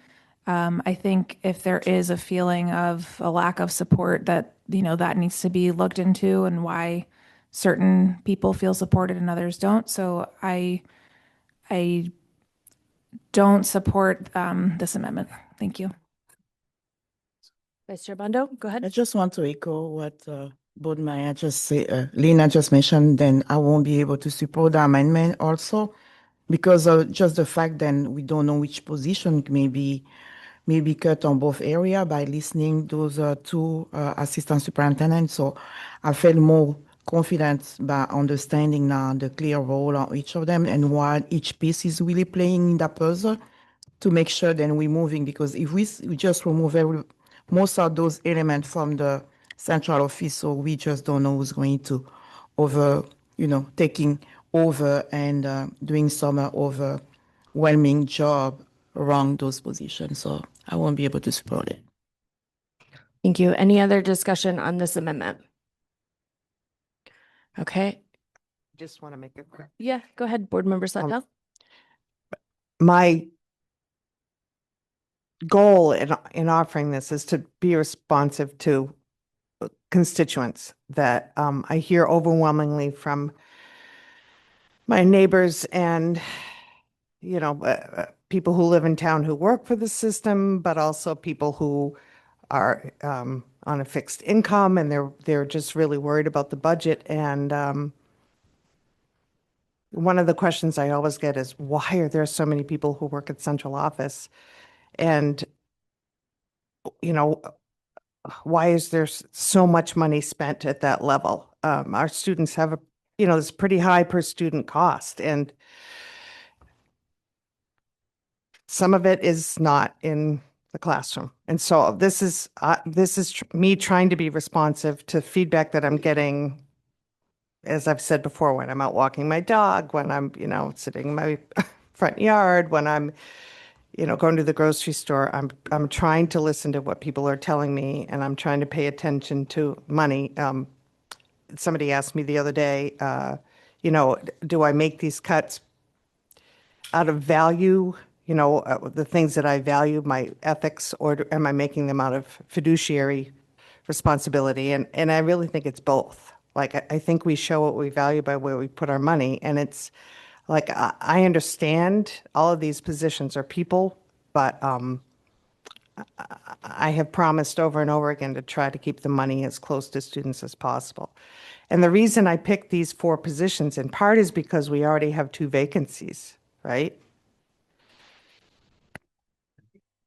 I don't believe so. Well, if Which, Blake Castle, right, is moving to a principal position. Mhm. So maybe it's 1 vacancy. Oh, no, the other one was that the secondary climate and culture coordinator hasn't been working in this role. So that's my thinking on this. I'm trying to be responsive, and that's it.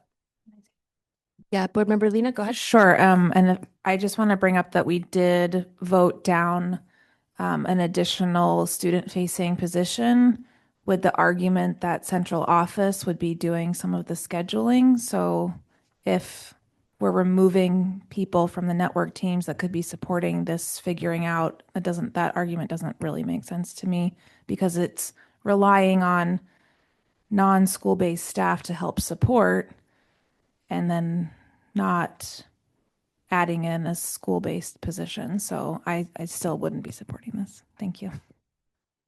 Yeah, go ahead. I think, Jane, thank you I'm sorry, Member Sautel, thank you for making that, because I think what you're going based off of is also how to kind of shrink the amount, right? It's the number of network positions that we have, and which is it's an understandable point.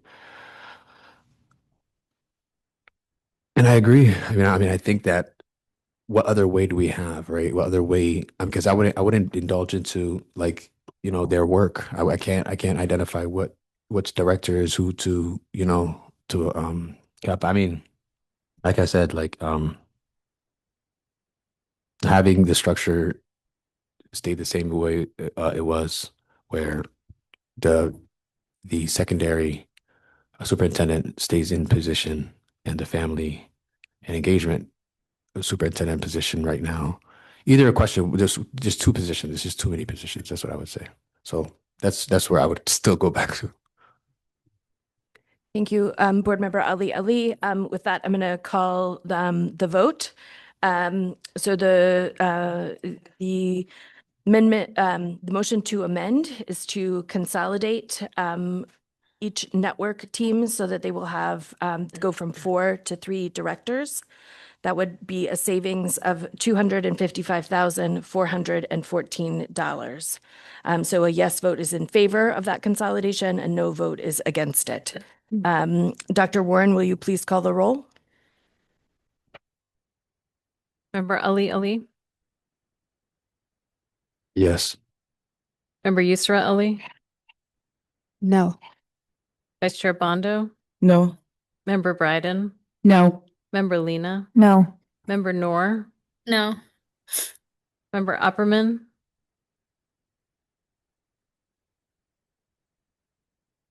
She might not No. be available. Oh, great. Member Sautel? Yes. Chair Lentz? No. So the motion to amend fails 7-2. Are there other amendments to be made in network positions?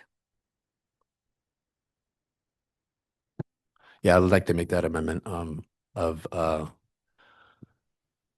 putting leaving the family and engagement superintendent position empty and having the position of Grace work with the current position or the prior position of Dr. Ahmed being in the secondary position. I don't know if we could talk about individuals, but I'm talking about positions. But I'll take that. I think I want everybody to step back because we're on a line here where we're trying to make staffing decisions where our role is to be making budget decisions.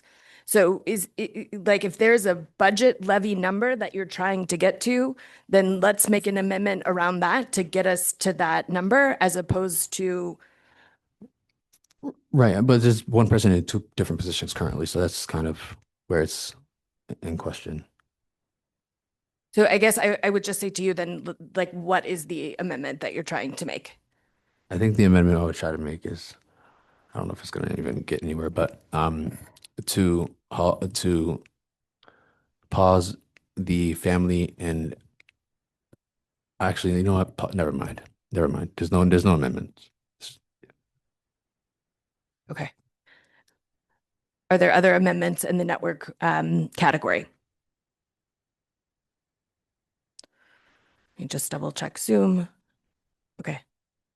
So then we'll move to any central office positions. Any amendments within that category? Okay, seeing none.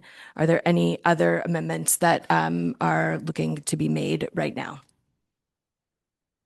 Yeah. Since the central office positions, I'm seeing a delay hiring in civil rights officer. I don't know like who proposed that, but since no one spoke to it, now it will not. Yeah, guess if people drop. don't bring it up right Beautiful. now, it is, I It's in think the through budget. the process, people have withdrawn. Okay, thank you. Yeah.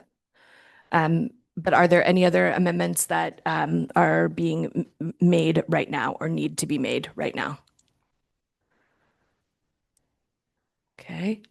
Then seeing none, I'm going to say that our original motion is amended. I just want to double check the final numbers of the budget. Dr. Scallon, is it still 1,035,441,246? I'm just going to say it again, just for clarity's sake. 135,441,246 is the tax levy. Before, Chair, you get to calling the formal vote, because if you remember, we have to say those numbers. Yeah. I'd like to just double check them one last time. And so if we're at that space, or if the board wants to have discussion while the finance team double checks it, because there's been a bunch of moving pieces, we would like to do that. Yeah, let's double check that number. And board, just take a couple of moments.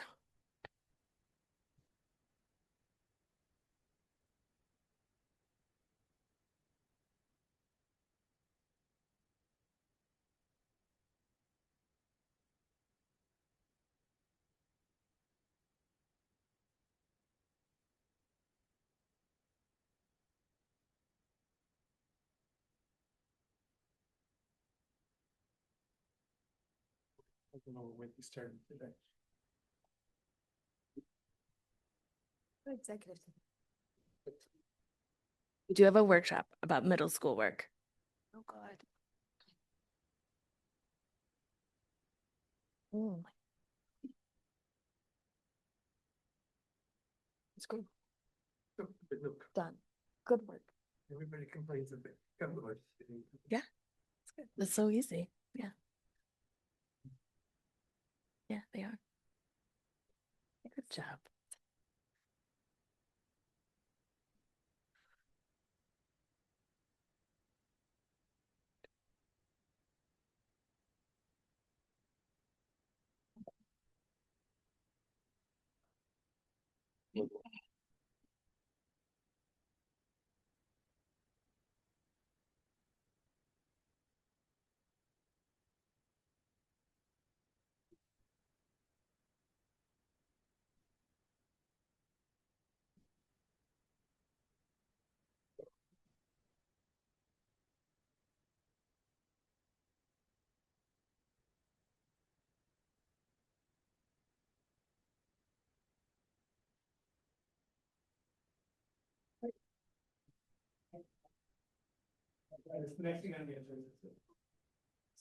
Yeah, take a little walk.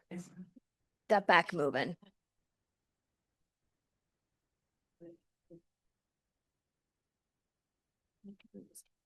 She does need a special chair.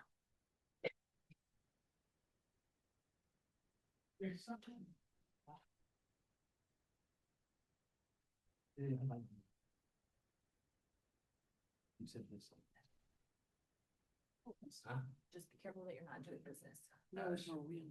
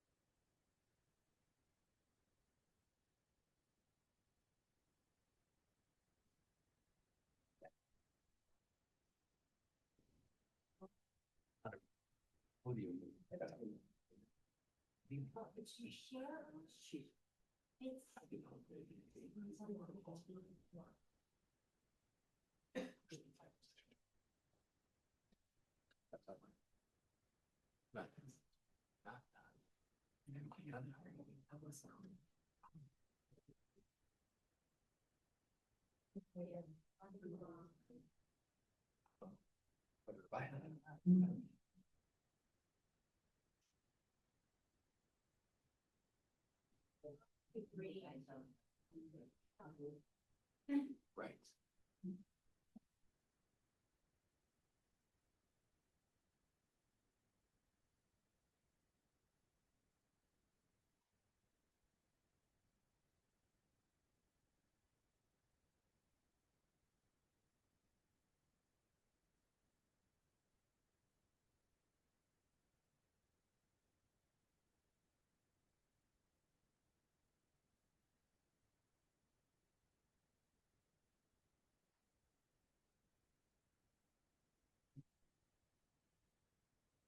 Conversation.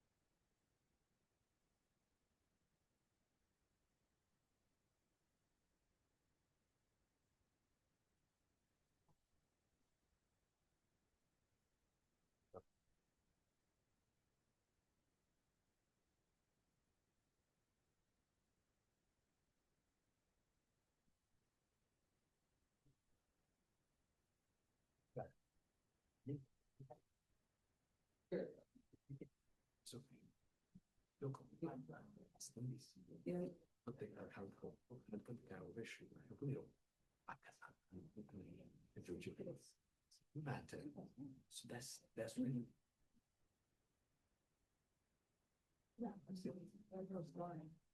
Oh, I think that you can put 1%. But however. Please. Yeah. Right. What did you?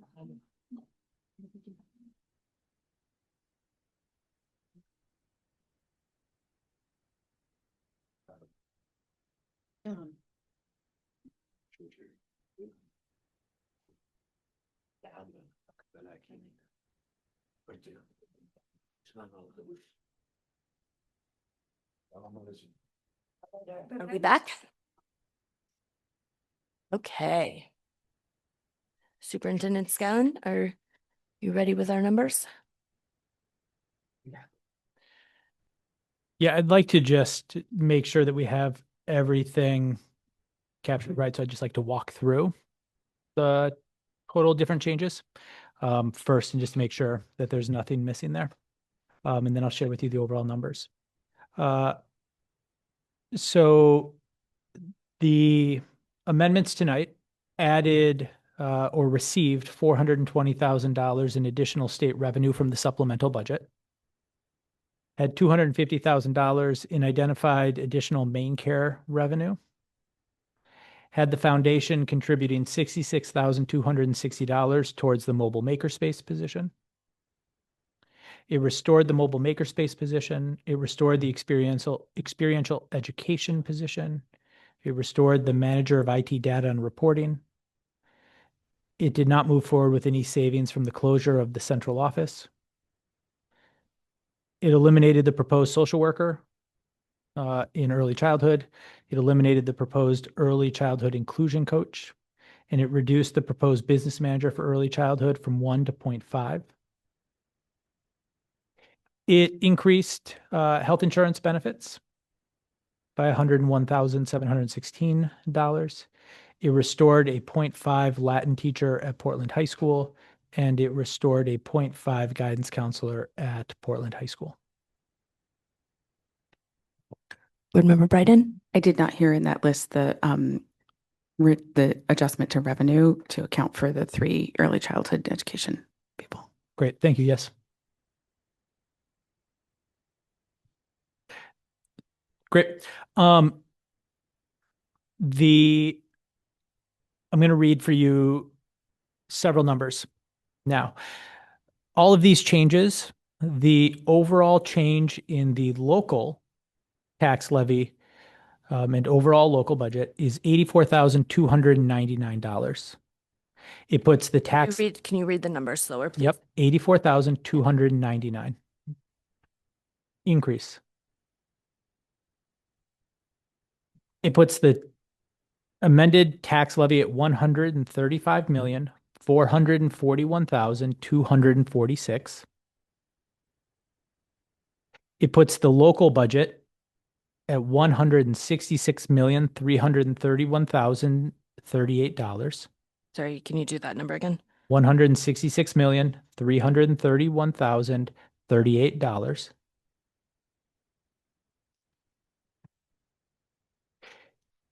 The changes you made tonight increase the overall budget by $589,098, putting the total budget at $179,324,212. $179,324,212.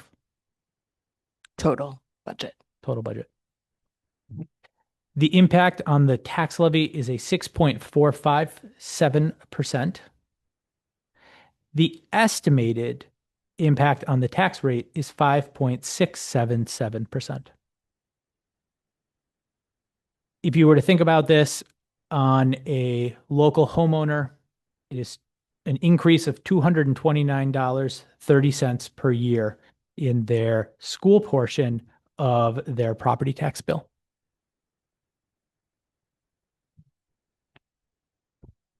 Thank you. And just to remind me, I include the total budget in the amendment or in the motion to pass to city council, or is it I think if you could read the amended levy, the amended local budget, and the overall budget, that would be great. You don't need to do the percents. So 135,441,246 is the local? is that is the amended levy. 166,331,038 is the local budget. Those are the two that really need it. But we've been in the habit of also doing the overall budget, which is 179,324 212. And just to, because my hand was writing words faster than my brain was processing, the 135 is the amended local. That's the tax levy. Thank you. The local's the 166. Thank you.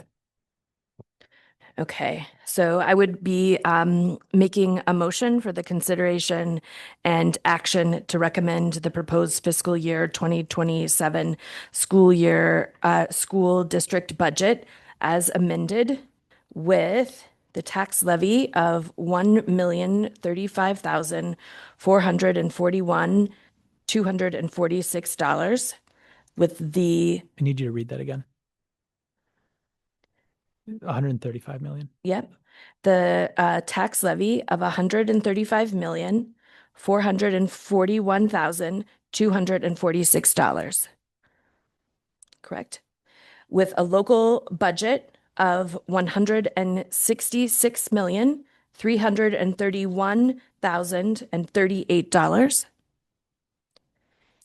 and an overall budget of $179,324,212. That would be moving to the city council for approval. Is there a second? Thank you, Board Member Bryden. Are there any questions on the motion? Is there any discussion on the motion?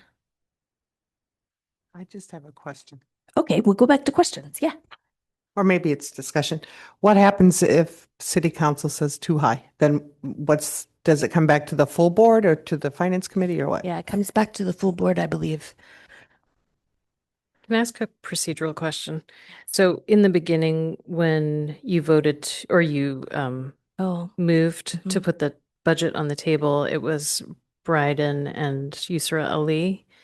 And now we have that open. We have not voted on that. So we made amendments to that motion. Right. So now I made the amended motion is what's on the table. So I said it wrong. So let me do it again. Thank you. What? You already had. Yeah, it was already on the table. Yeah. Okay. So we're gonna. Thank you. I just want to. No, you're right. So I'm taking away the Lentz Bryden and I'm going back to the Bryden Yusra Ali. Okay. So now the amended motion that is up for consideration and action to recommend the amended fiscal year 2027 school district budget to the city council for approval with the amounts of a tax levy of $135,441,246, a local budget of $166,331,038, and an overall budget of $179,324,212. So that is the amended motion on the table. Is there, we still go through discussion? No, we already did the discussion. It's time to vote. Dr. Warren, please call the roll. Wait, we're voting for the budget, not the amendment. We are voting for the amended budget right now. For the budget, okay.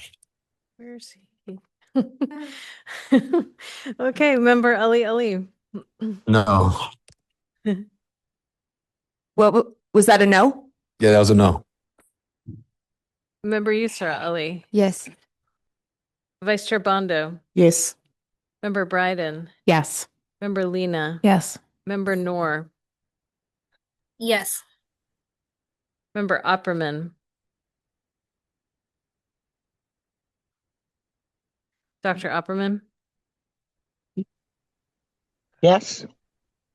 Member Sautel. No. Chair Lentz. Yes, so the budget passes 7-2.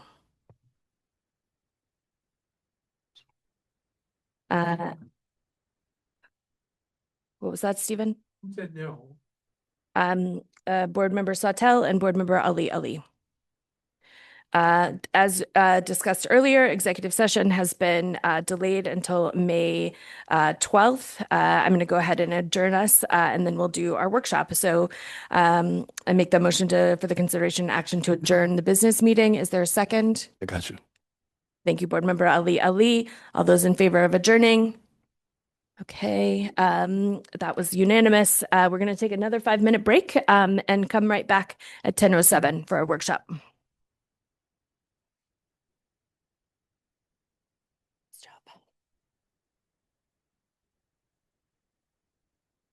Good job.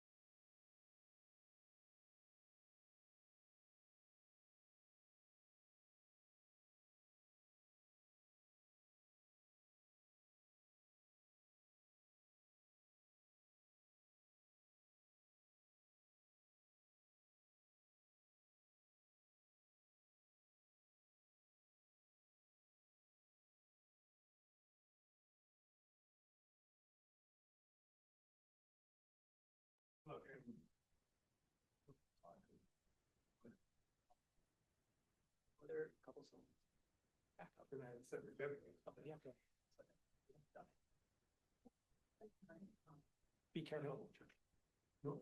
It's every time, actually.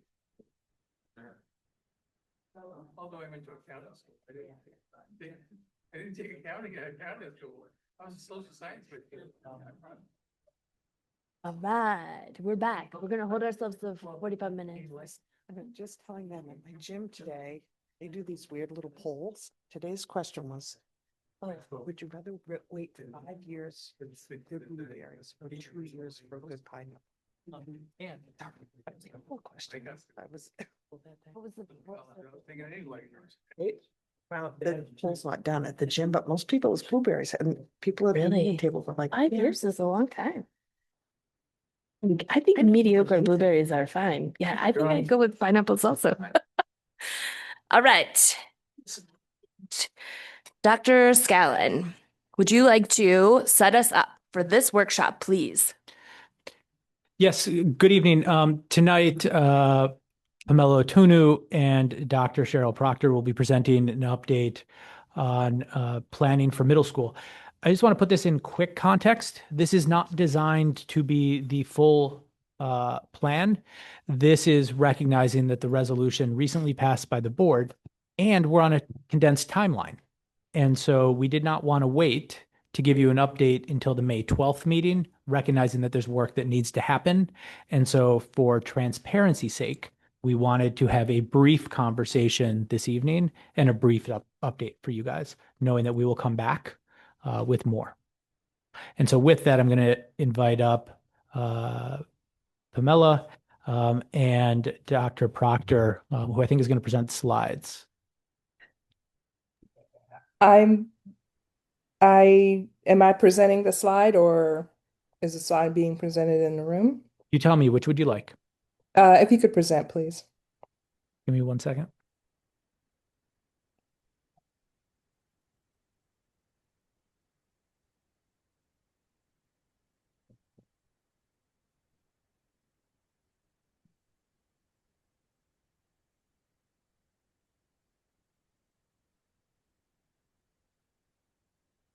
Thank you.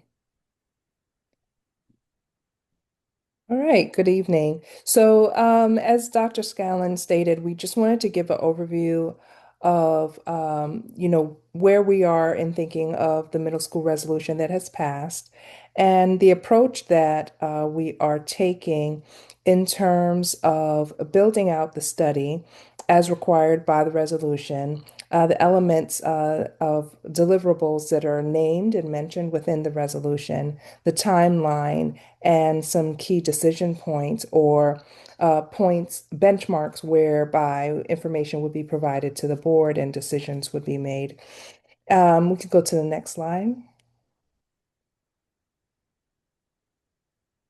And so, the presentation again is just going to be about we're going to touch on the context of the resolution, which are some of those deliverables and the study scope, the structure of, what the study structure in and of itself, membership in terms of teams that will be working towards the goals of the resolution and the engagement process. And then finally, again, we'll give a draft scope of a timeline and next steps. So the middle school study, is going to really be about advancing the board priorities for equity, access, and sustainability. And so scope alignment and what will guide the work includes the following. It's going to be grounded in the specifications within the resolution, which is to improve access, equity, belonging, and long-term sustainability for what our middle school programs can and will look like in the future. It responds to enrollment trends, fiscal realities, and student experiences. It will include a facilities review, including HVAC and building conditions. We will be working towards incorporating some of those elements. It really will be comprehensive so that we are looking 360 at all of middle school, the programs, the experiences of our families, our students, and outcomes, again, fiscal and other conditions. And the biggest part is that it'll be really steeped deeply in community engagement. And it will be required throughout and embedded in every phase that we're going to describe of the study. So next you'll hear from Pamela Atuno, who's going to share with us the different design groups that we are proposing will take on chunks of the study, if you could imagine the study being vast and comprehensive, and the membership of those groups, and open opportunities for community engagement, the timeline, etc. So I'll turn it over now to Pamela. Next slide. All right, good Pamela? evening, everyone. I'm here. Okay. So we're going to convene a clear governance structure to lead this work. So next, I'm just going to walk you through sort of the roles of the different groups, membership, and how the groups themselves will be organized. So we're going to have three distinct sort of structures that will be leading this work. So first, we have the Guiding Coalition. The Guiding Coalition, really, their role is going to be to synthesize the work that is done at the work group level. So the outputs that come from the work group, they're going to sort of make that into a coherent system level design. That will be options presented to the board.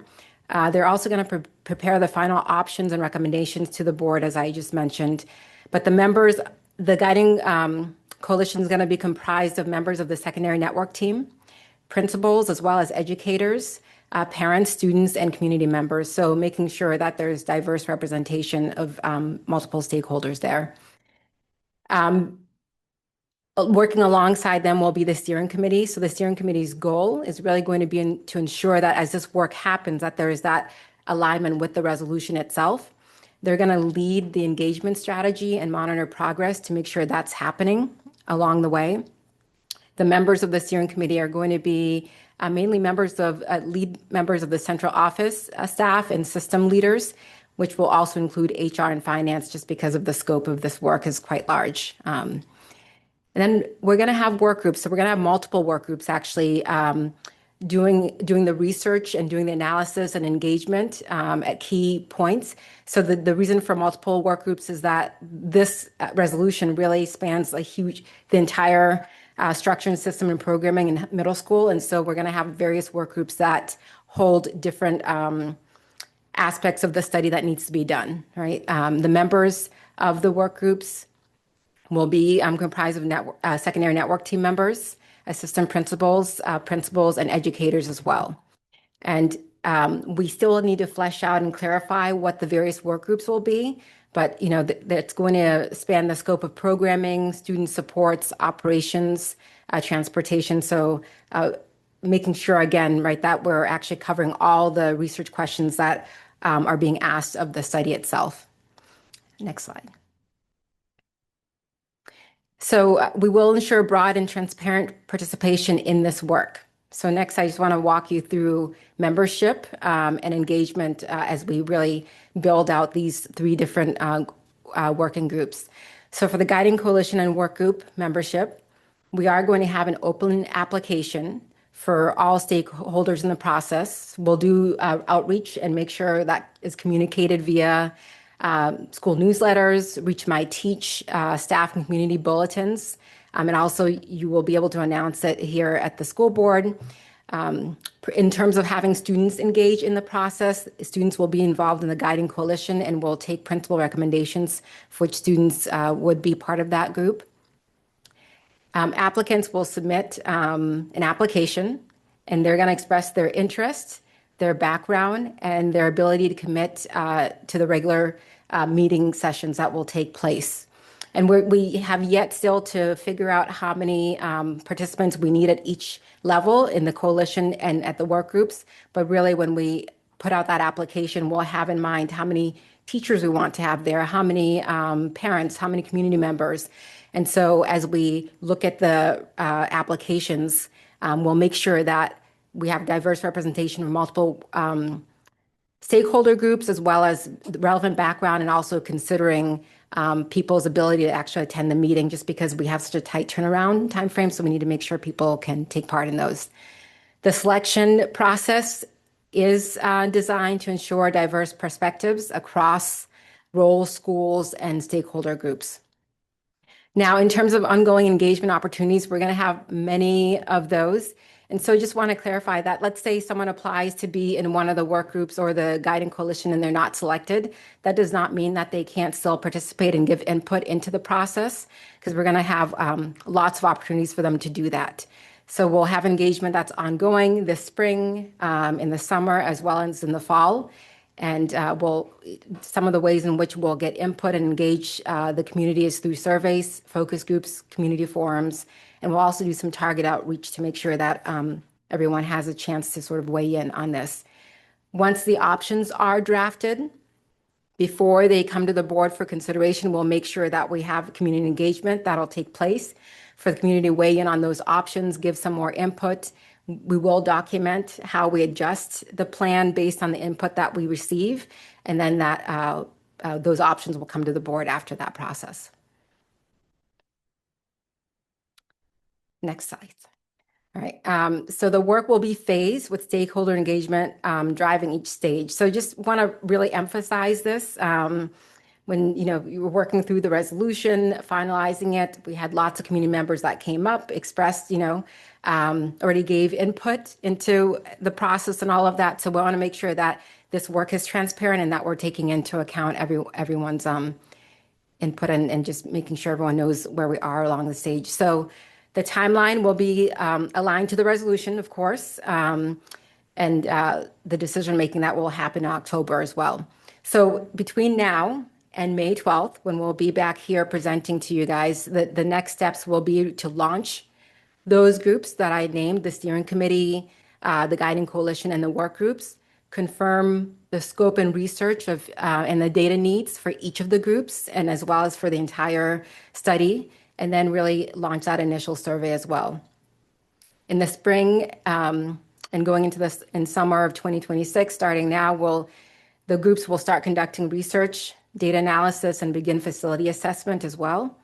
And we'll expand engagement during that time, as I've named in the previous slide, through focus groups, surveys, forums, and target outreach. And then in the fall, the fall will come around, we'll develop and refine the options based on all the data analysis and research that has been done within the groups. And we'll share that draft publicly so that people can weigh in and give input over the various options. And then we will go ahead and bring that to the board in October of 2026, really for you to pick from the options that have been outlined from the research that's been done. Now that's it in a nutshell. I just want to open up the floor now for questions as we continue this. Thank you, Pamela. I'm sorry. Go ahead, Dr. No, I Proctor. was just saying thank you, everyone, for listening. And as Pamela noted, we'll open up for questions. Awesome. Board Member Lena, go ahead. Thank you. Just two questions. One is, how do you envision the guiding coalition meetings will go? Will they be virtual, in person, hybrid? Do you have a thought yet on how that might work? That's a great question. I think the preference for a group like that would be to have it be in person, but we'll have to sort of navigate as we start to build it out, how feasible that is, considering the stakeholders we want to make sure are involved. But the ideal would be to have it in person. I just want to say from my own experience on the Boundaries Committee, I found it hard to work with a large group in the virtual setting. So I would encourage in person as much as possible. I understand sometimes it's hard, maybe a hybrid option if people really cannot make it. Yeah, I don't know. That's my personal suggestion. Great point. For the high school design stuff, there was a requirement that it was in person for that very reason. Yeah. It makes a huge difference. And then my other question is just about the students that you hope to have involved. What age range are you thinking for the students?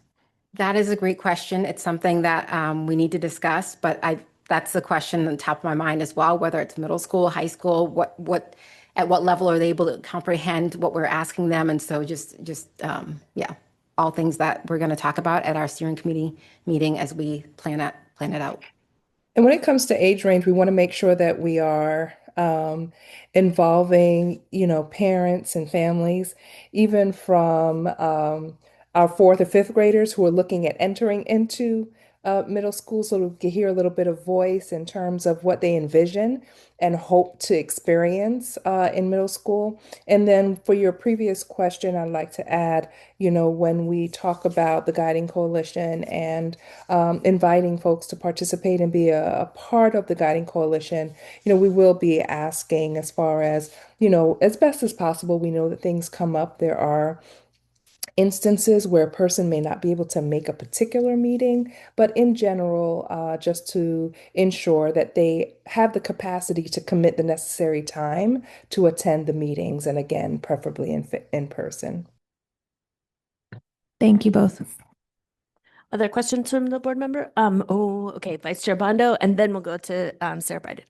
Thank you. I just have one question, one recommendation on the guiding coalition, because most of the time we have more on the team, on the number of members. So mostly we have a lot from the district and less students and parents from the community, and especially for the marginalized communities, because I heard many times, and that's the population. So really difficult to do outreach to bring on the table. So I just want to make sure that we are inclusive on those missing voices. And then my question is mostly on the ongoing engagement opportunities. So how did you see your survey is going to be translated, and are you going to be able to reach out to those parents and families from the middle school students? So in terms of just ensuring that we're engaging our marginalized population, I think part of the key there will be the timing of when the Guiding Coalition meets.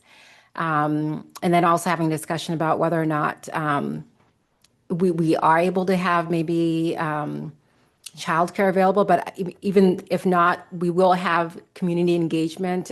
So parent universities that will hold, and we'll make sure we target those populations and make sure childcare is also available there. When we've done that target outreach and had childcare available as well, that's it made it possible for more families to attend. So we'll make sure that's in place. And then yes, go ahead. Yeah, I could add a layer to note as well that we'll be working very closely with our family engagement and multilingual departments to ensure that we're partnering with them to ensure that we have translation, that we're reaching out, that we're able to gain the participation and the voices, but most importantly, the regular and consistent participation of our marginalized families and students. And I just want to add one more piece. I always say the multilingual, they don't represent all the families. So we just need to make sure. Yes, and in the steering committee, just to share a little bit, we have Grace Valenzuela, who's on the steering committee as well, intentionally to make sure that we have our multilingual families included, and they're engaged from the beginning. All right, thank you. Yes. In terms of the question with the survey, so that's something that we're actually going to be meeting about this week to really start to think about what that survey is going to look like and the different ways in which we want to send it out to families. So we have a diverse group of district leaders in the steering committee who have, from community, Sarah Warren, who, supports and oversees community, and Grace Valenzuela, who supports the multilingual and community specialists are there. So we'll be able to figure that out and update you. Board Member Bryden. Thank you. Thank you. I have a quick question about that last slide with the timeline. Spring, summer 2026, one of the phrases is begin facility assessment. And what I'm looking to better understand is how that overlaps or does not overlap with two things that have been discussed in recent meetings. So one being the Lincoln Middle School specific facility analysis of the current HVAC system, but then also we've talked about the need for a broad district-wide facility assessment.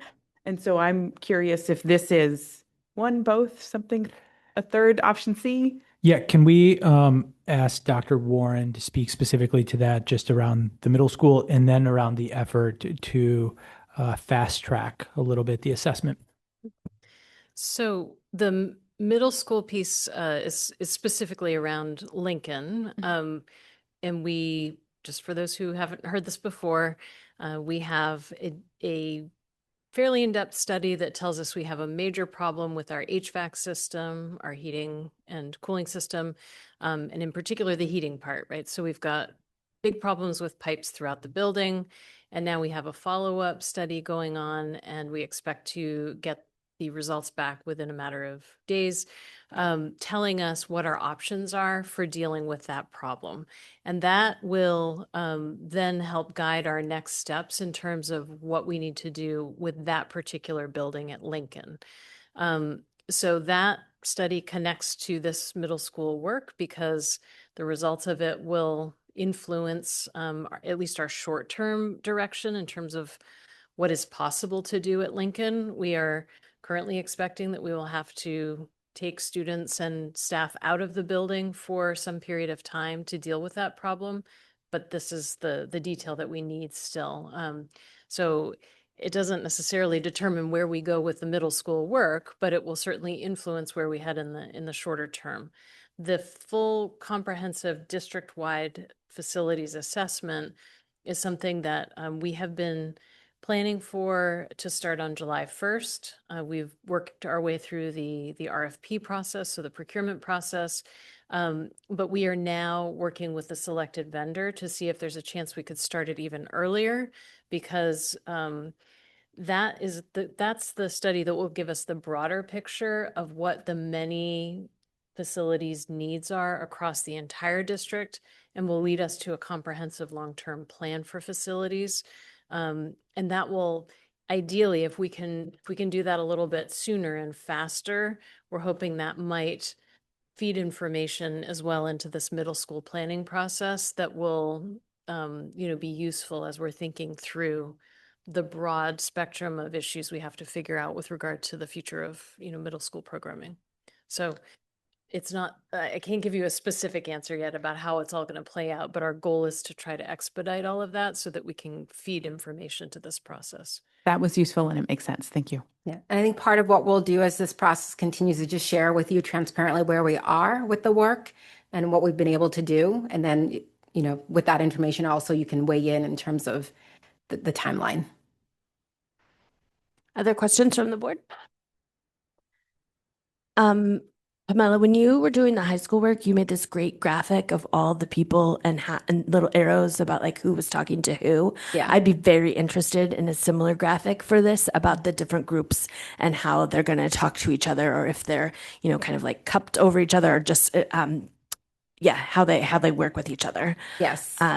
Awesome. And then I just had another thought, and the role of the PTOs. And I don't necessarily think that they necessarily need to have a role, but just to be thinking of them as communication assets. They mobilized a lot around this and are great at sharing information. So just how do we utilize them within this? Awesome. Yep. Absolutely. And I can envision right now setting up meetings to meet with each PTO community. Yeah. Beautiful. Yeah. Other questions from the board? Let me just double check that board member Noor doesn't have a question. Okay. You guys are off to a good start. I'm excited. I'm excited to see. So when do we have our next update on this? Do we know yet? We said May 12th. Thank you. Perfect. Okay. Okay. Awesome. Thank you. Thank you all for your work. Thank you. Yes, board, thank you for all of your work. 10:30. 10:34. Yes.